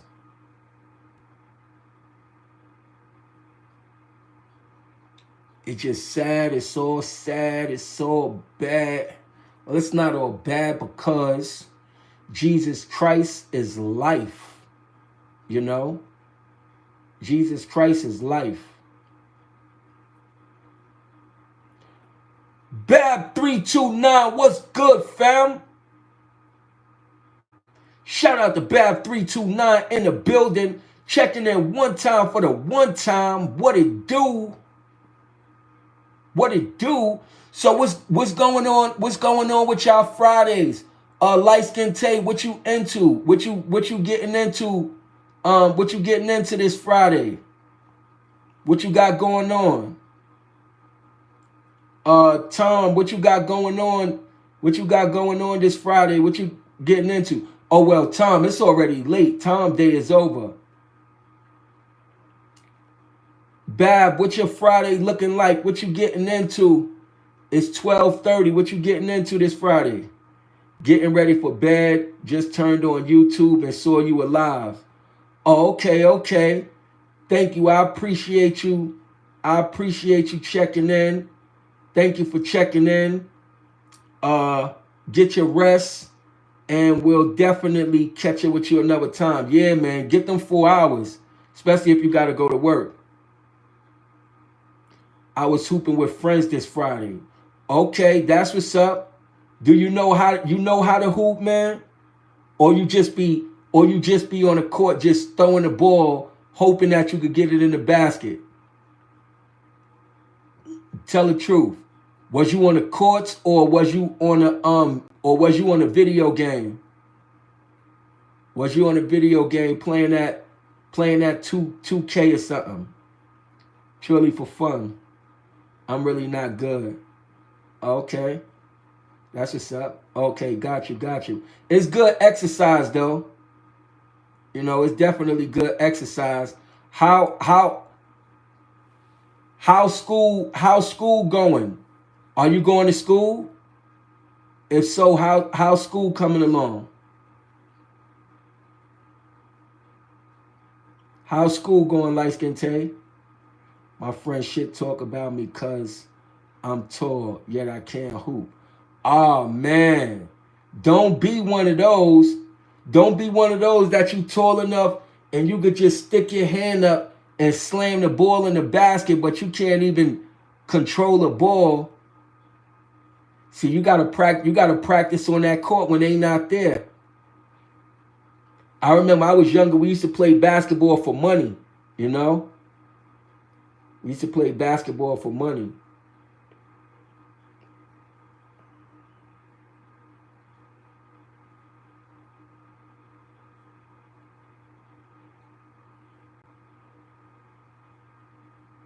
That B-ballers, what's up? But how is school going, Tay? Are you going to school? School been good, boring as hell. I know. And you got a couple of more years. You almost there.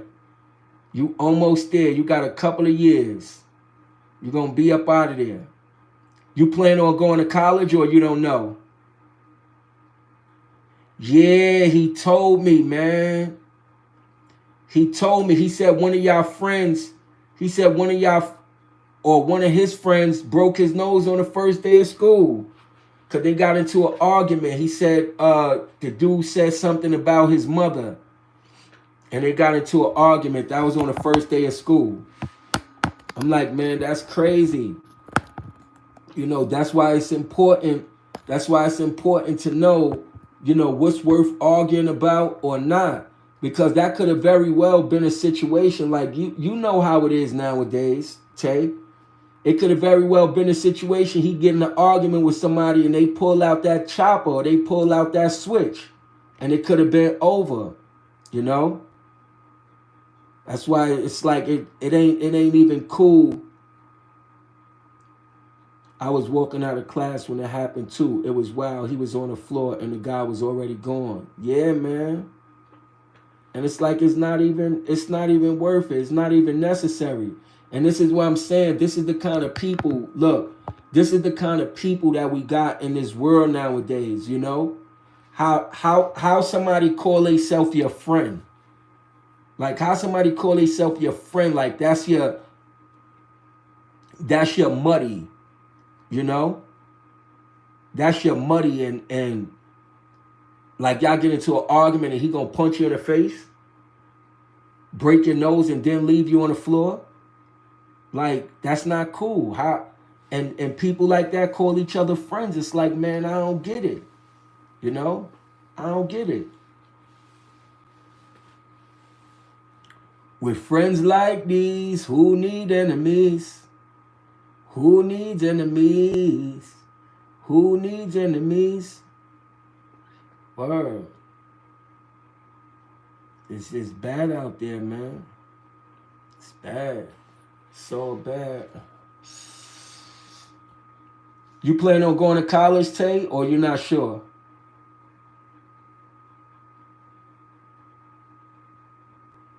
Fling ass wavy. I remember I had to do say same thing as wavy. I was 13. Oh, okay.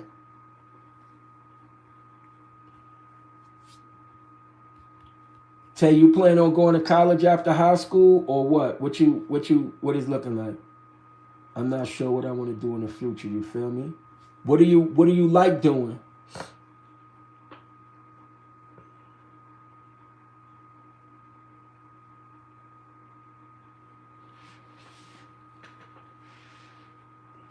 Yeah, Tom, sometimes we got to do what we got to do. It don't matter if they big or not. Got to stay in our grounds, you know?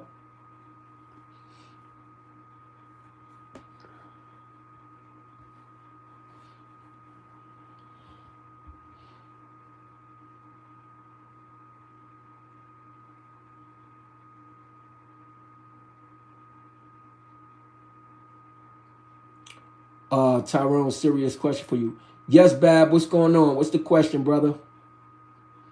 What's that question?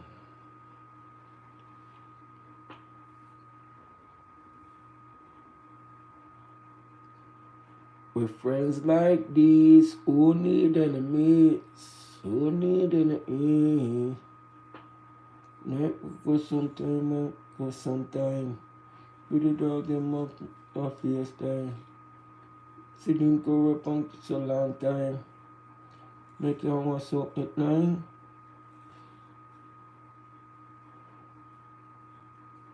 What's your opinion on the future? Are we approaching a civil war? The end of time? What you think?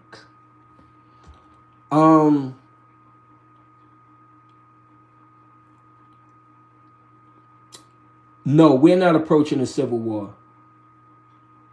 The end of time, No, we're not approaching the end of time. My opinion on the future. My opinion on the future is things are gonna get worse before they get better. Things are gonna get worse before they get better. With the election, AI, nukes, etc. So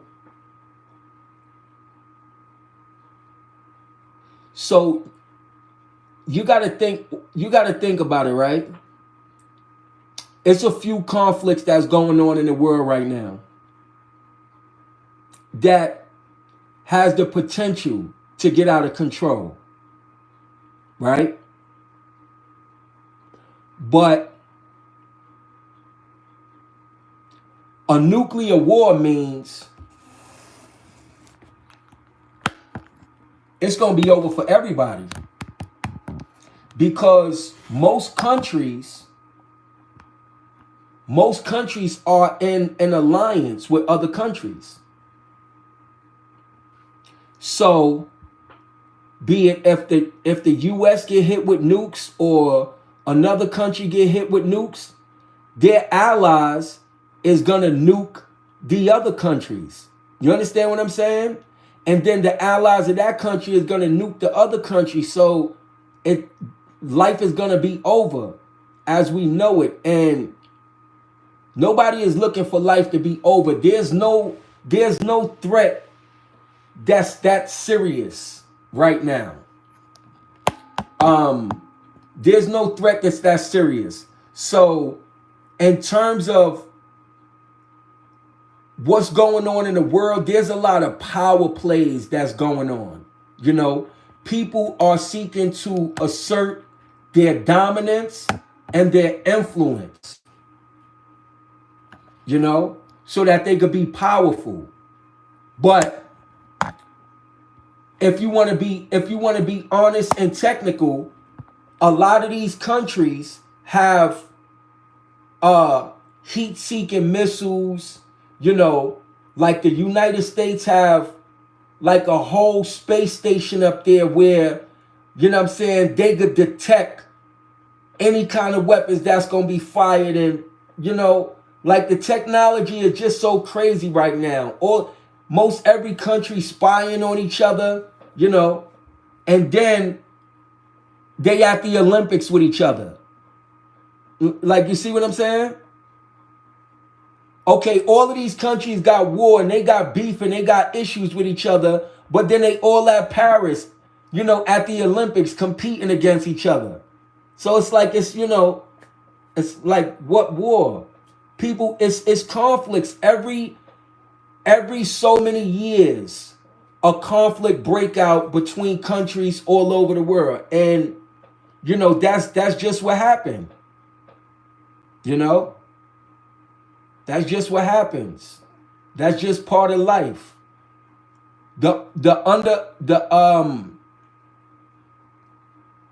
Here's a saying that I heard. I still haven't gotten around to determining like whether I believe it or not, but it just sounds like a good saying. And the saying says, the primary reason for war is peace. The primary reason for war is peace. So I think it's just one of those, you know? The reason why people go to war is because they want peace. They don't feel like, they don't like things the way that they are. So they want to go to war to try to make things the way that they want it to be. But as a result, so many innocent people lose their lives. And it doesn't create peace. It creates peace for a time until, you know, somebody who is affected by the war, they say, oh no, you know, now I want to do something about it because I'm old enough or because I'm in a position to. You know what I'm saying? And it's just like, that's just the way the world is. And that's why it's so important.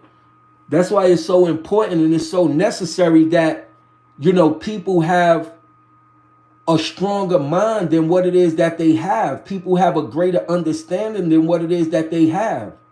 So they can understand what's going on in the world and they can make the right decisions for their life right now.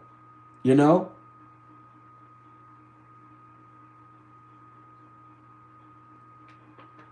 I do believe there's going to come a point in time where you remember cartoons like the Jetsons. I do believe it's going to come a time where, like, you know what I'm saying, people going to be living up there in space and living up there in the air. They're not making all of the, they're not going up there to space, just going up there. What do you think they going up there for? You feel what I'm saying? They trying to prepare something that in the event something happens to this world, then, you know what I'm saying, people up there in space, you know?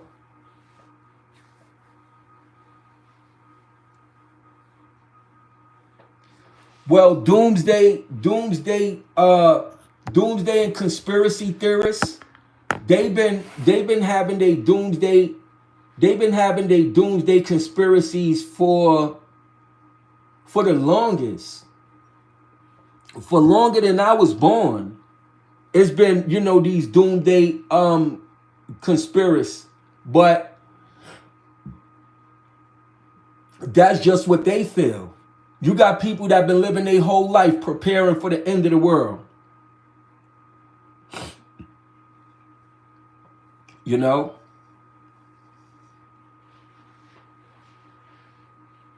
But I can say that now more and more, a lot is just changing, you know? A lot is just changing, and things is, like I said initially, things is gonna get worse before it get better. And depending on where you live, depending on your finances, the kind of money that you got, that's gonna determine, how life is gonna play out for you.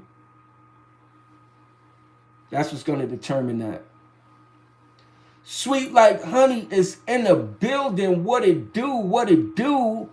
Show some love to Miss Sweet Like Honey. You dig? Hopefully all is well with you. Hopefully everything is going well.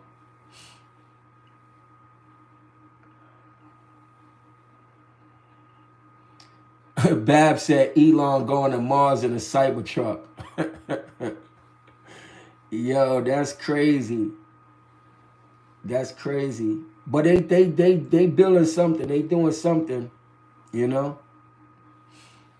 They doing something.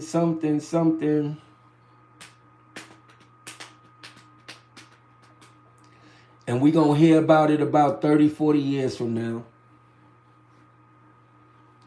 You feel this is how we do.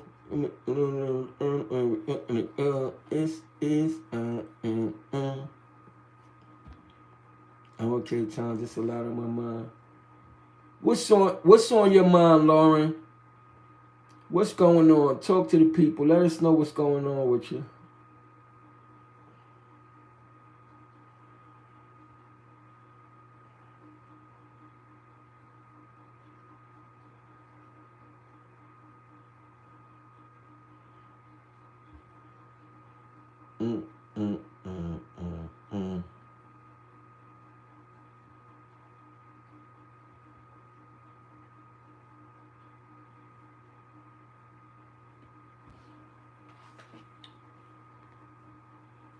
Is he in prison already, or is he free and he got to turn himself in?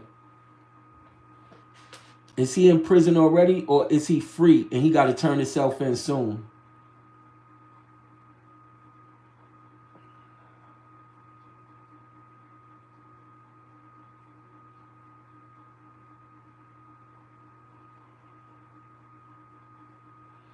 Oh, he gets sentenced in November.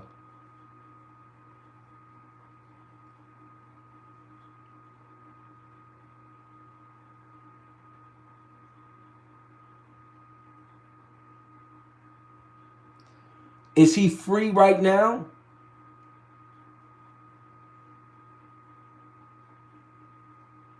Is he free right now until November, or is he in prison still? Because I thought you said he got out the other day. What, that was bail? Did he get out on bail?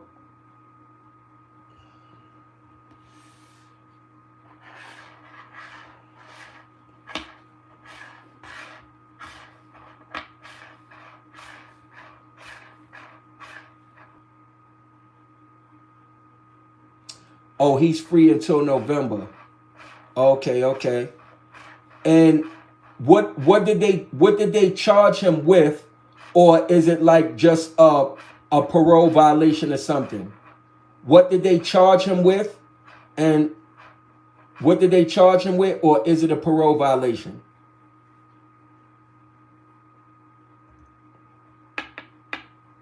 Theft. Okay.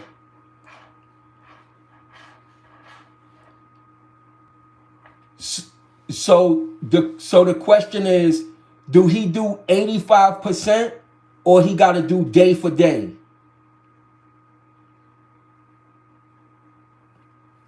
Do he do 85%, or he got to do day for day?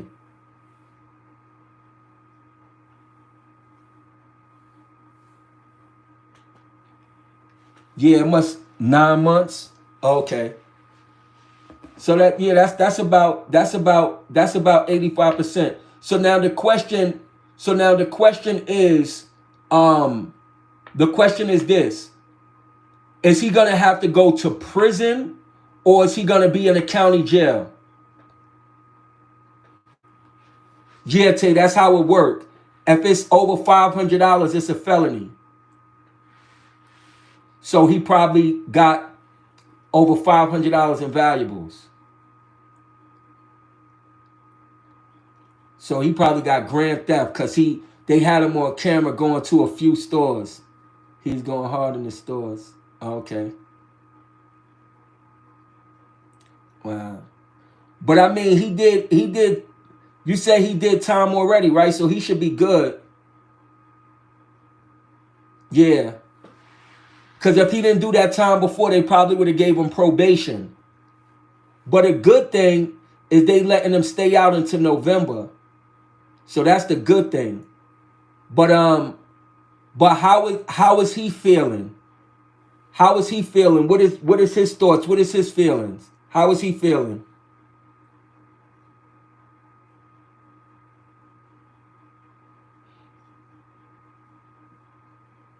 What is his mood? Is he sad? Is he upset?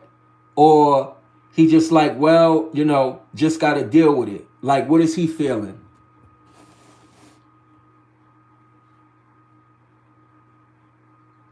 Oh, he think you gonna leave, so he being cool.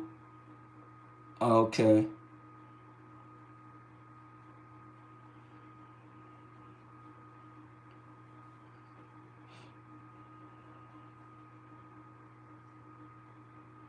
Okay. Yeah, he was trying to get his money, he was trying to get his hustle on. So is was that his main way of getting money, or did he have a legitimate job too? Was that his main way of getting money, or did he have a legitimate job too?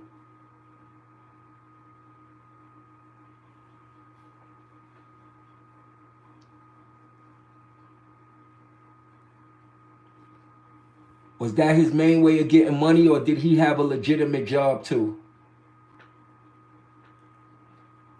Make the move, not fool while up in the club. This is how. By do it like we do it, so we show some love.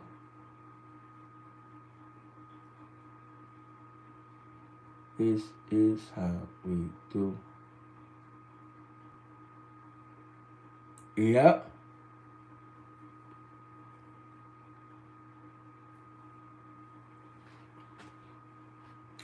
That's why I asked the question. That's why I asked the question, because some people, that's their thing. Some people, that's their thing. I know somebody that's all he do too. But Lauren, is that his hustle? Is that how he make his money? Or do he have a legitimate job as well?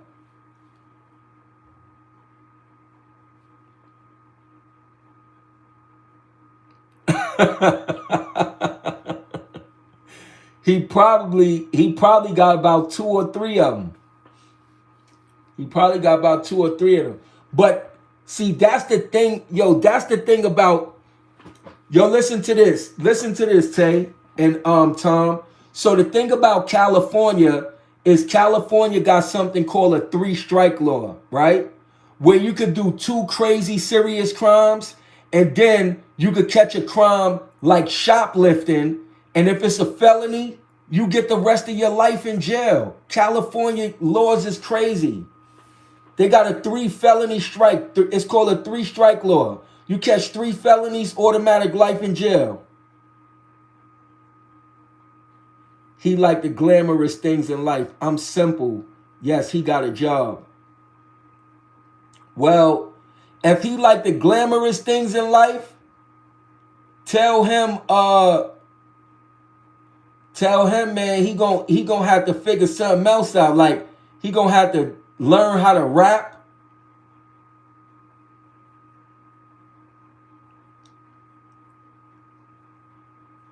Can you help a Vietnam vet in need of $500? Man, listen, you came over here last time talking about you as a Vietnam vet. We gonna help you out right now. What do a Vietnam vet gotta do with we trying to talk about the brother who's stealing?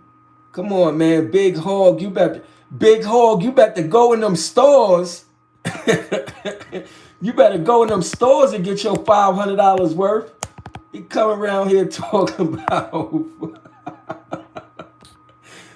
yo, Big Hog, he did that the other day too. Came in the live talking about he a Vietnam veteran. Can he get $500? You Vietnam, wasn't that in the 70s? You about 60 years too late.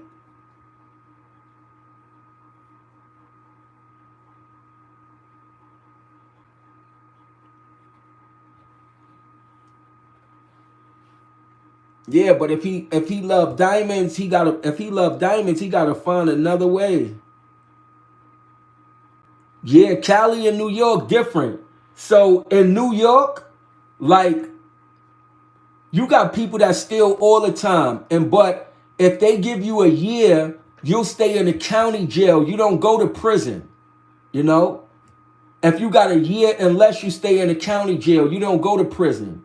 And then when you go to prison, in New York, it's different because the politics in California prisons is different. It's mostly gangs. You know, the blacks don't sit with the whites. You know, don't hang out with the whites. Don't hang out with the Spanish. You know, where in New York, it's like that's not an issue. You know, it's not those kind of politics. California prison politics is something different. You know.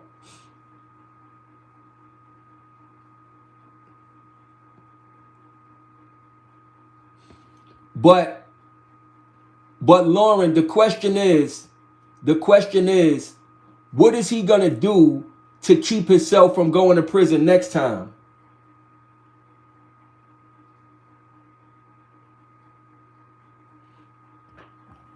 Yeah, in California, right?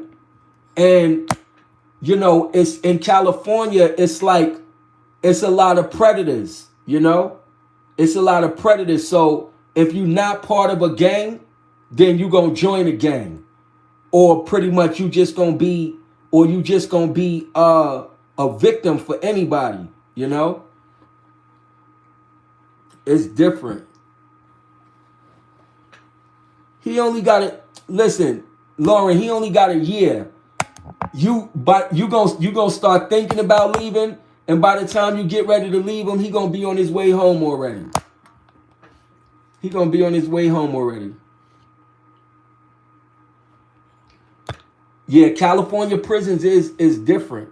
I ain't gonna lie. California prisons is different because there's so many different gangs in LA, and then it's segregated because you got the Aryan Brotherhood.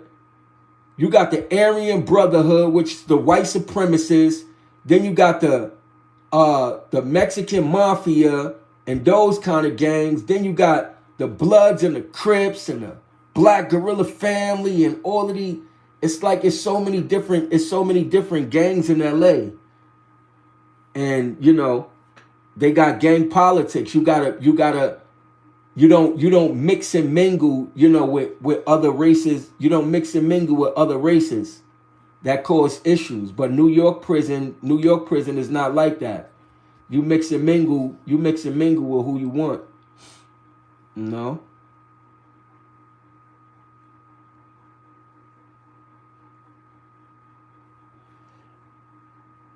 I already know that. But my thing is, what is he gonna do to prevent himself? What is he gonna do to prevent himself from going to jail when he come home?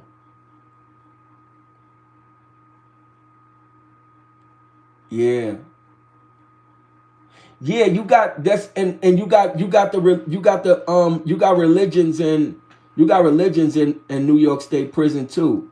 You got the Christians, they got their little thing, you know, the Muslims, they got, you know. So stay in his lane. If he like expensive stuff,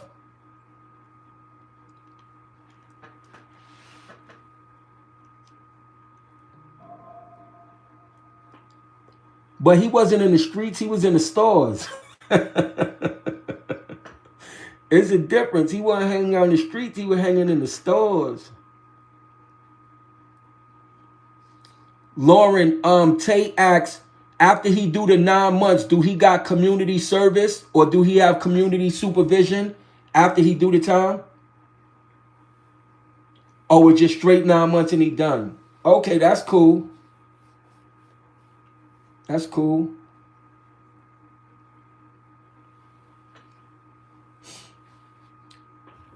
Yeah, but Virginia or New York, they would have gave him some community service. After you do that time, you're on probation. You're on probation for a few. Oh, he's 53 and he's still in the stores? Oh, man. Man. Man, tell him come out of them stores. Good thing he only got a year, though. That's the good thing. He only got a year. He be able to do that with his eyes closed. He do that year with his eyes closed. He be out before you know it. He be out before you know it.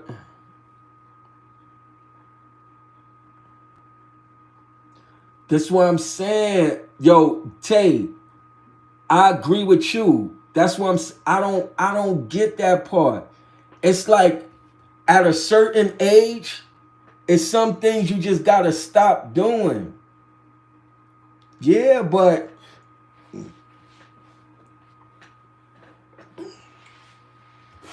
you gotta keep in mind that saying, if you play with fire, you burn. Gotta leave that thing alone, man. If he ain't get rich and get what he wanted out of life from the streets at this point in time, hang it up. Try something different, you know? Hang it up and try something different. Cause like who wanna be sitting in prison at 53 years old? That's not the move.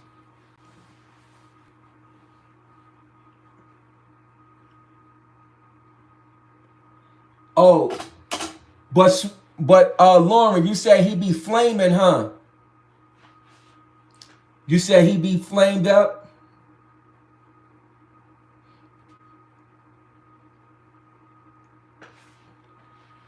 Sweet, you said he be flamed up, huh?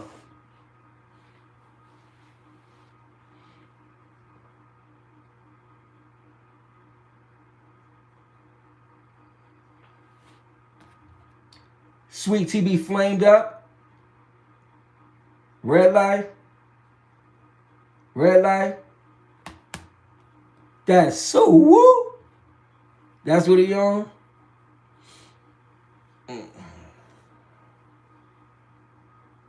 Yeah. Yeah. Yeah.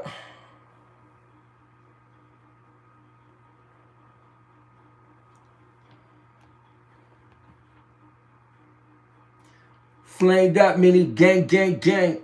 He gang, gang, gang, gang, gang, gang, gang. Gang, gang, gang, gang, gang. Red life. Red life. Red life. Yeah. Yeah.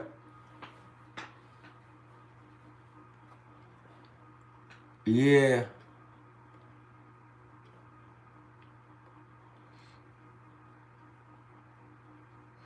Yep.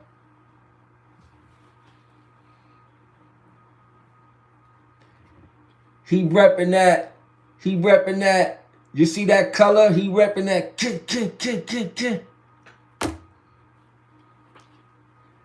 The opposite of Creed. He repping that red light. That's what I'm telling you. And man.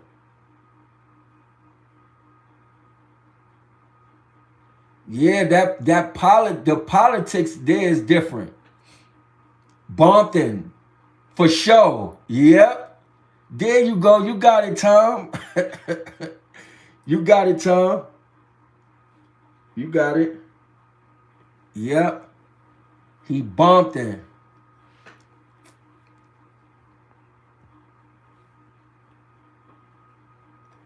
You see that, Tay? That's how it be, man. If you able to survive, that's crazy. But you know, we gonna pray for the brother.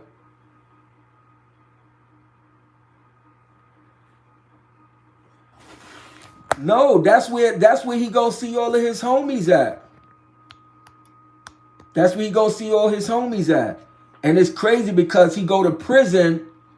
You know, the politics that be in there, if a war jump off, if a riot jump off, you know what I'm saying? He could get caught in the middle. You know? See, that year could be a long time when you go into prison, especially when you're around.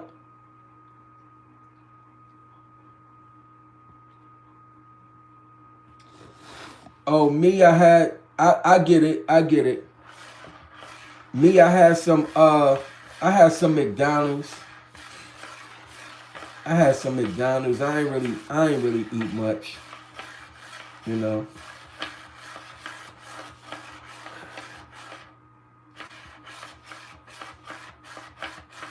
I ain't really eat much.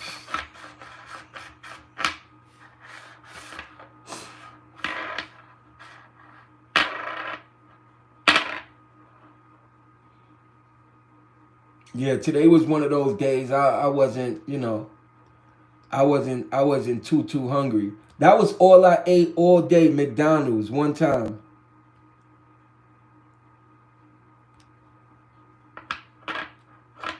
I don't know where Tyrone at. Yo, Tay, where Ty?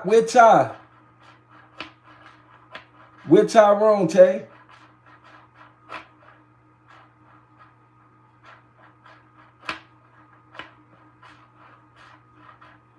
Yeah, it's been a couple of days. He wasn't on yesterday. He was on the day before yesterday. But he wasn't on yesterday and today.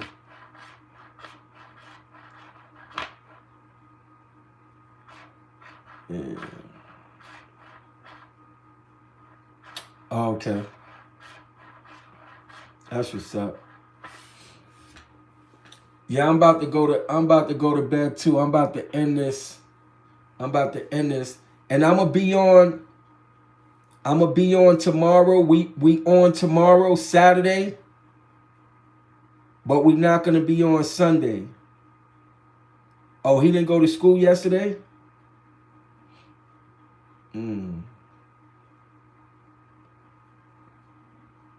Yeah. So we gonna be on tomorrow night, Saturday, but we're not gonna be on Sunday night. So just a heads up. We're gonna be on tomorrow, Saturday, but we're not gonna be on Sunday. I'm gonna give everybody a break. I'm gonna give everybody some rest. So we're gonna be on tomorrow night, Saturday, and then we're gonna be going into Sunday.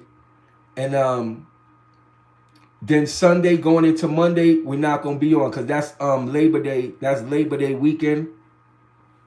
You know, Monday is Labor Day, so I'm gonna bother him probably after this live stream. Okay, tell him we said was good. Tell him we said was good. Tell him we send our regards. You know, hopefully he feeling better. What's Labor Day? So Labor Day is when they have the Caribbean parade and the Caribbean festival. Like for Jamaican, Trini, Haitian, you know what I'm saying? Everybody from the island.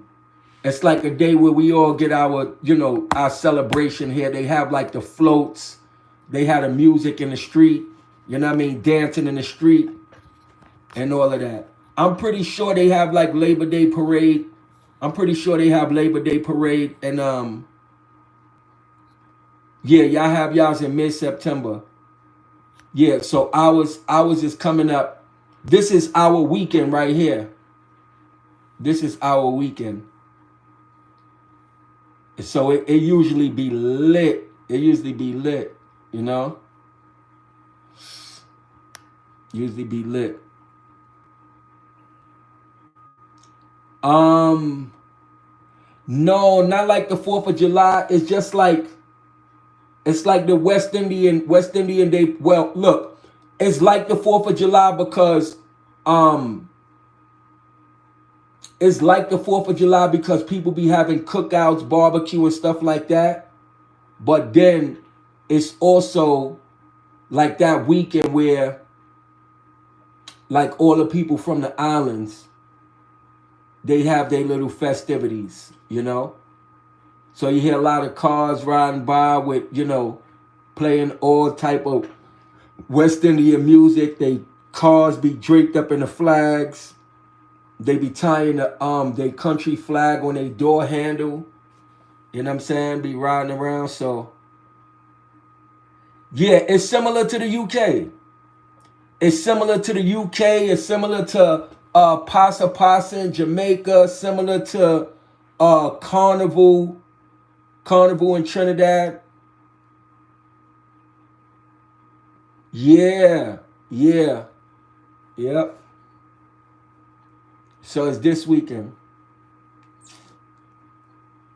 So that people, you know, have cookouts, throw some food in the grill, you know, listen to some music and do their thing.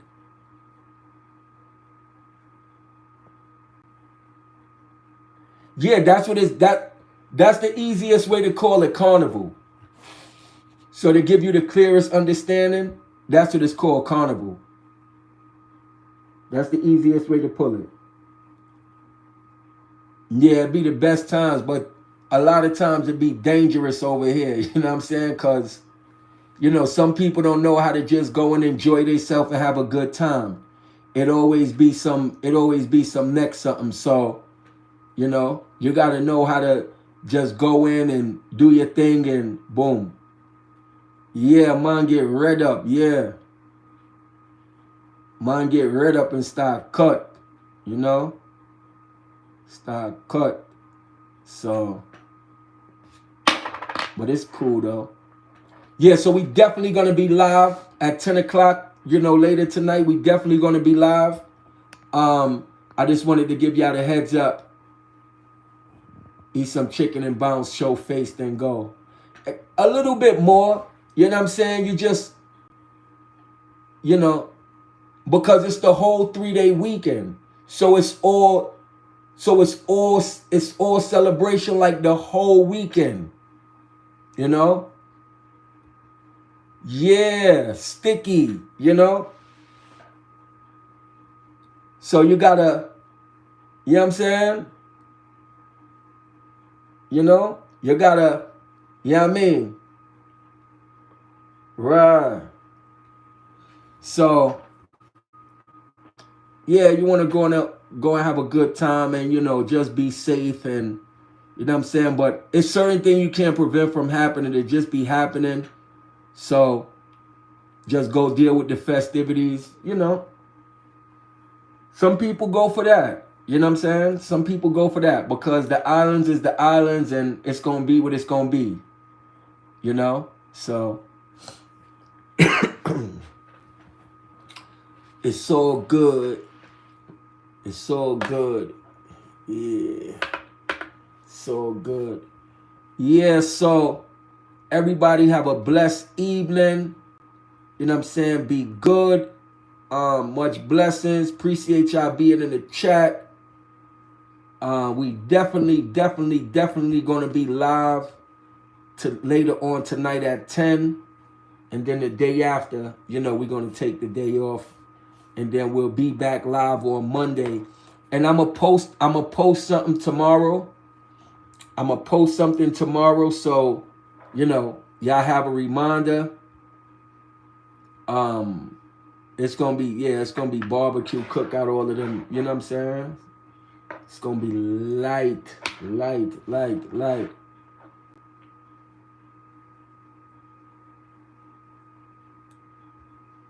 Okay, I got you.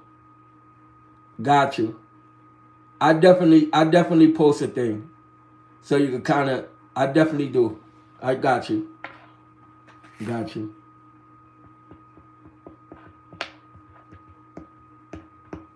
Got you. So peace and blessings to everybody. Pray that as you go to and fro your destination, you make it there safely. Pray that God continue to keep you. God continue to watch over you. You know, pray away all the negative energy, all the negative spirits. Continue to pray your strength in the Lord. May you be steadfast in your walk.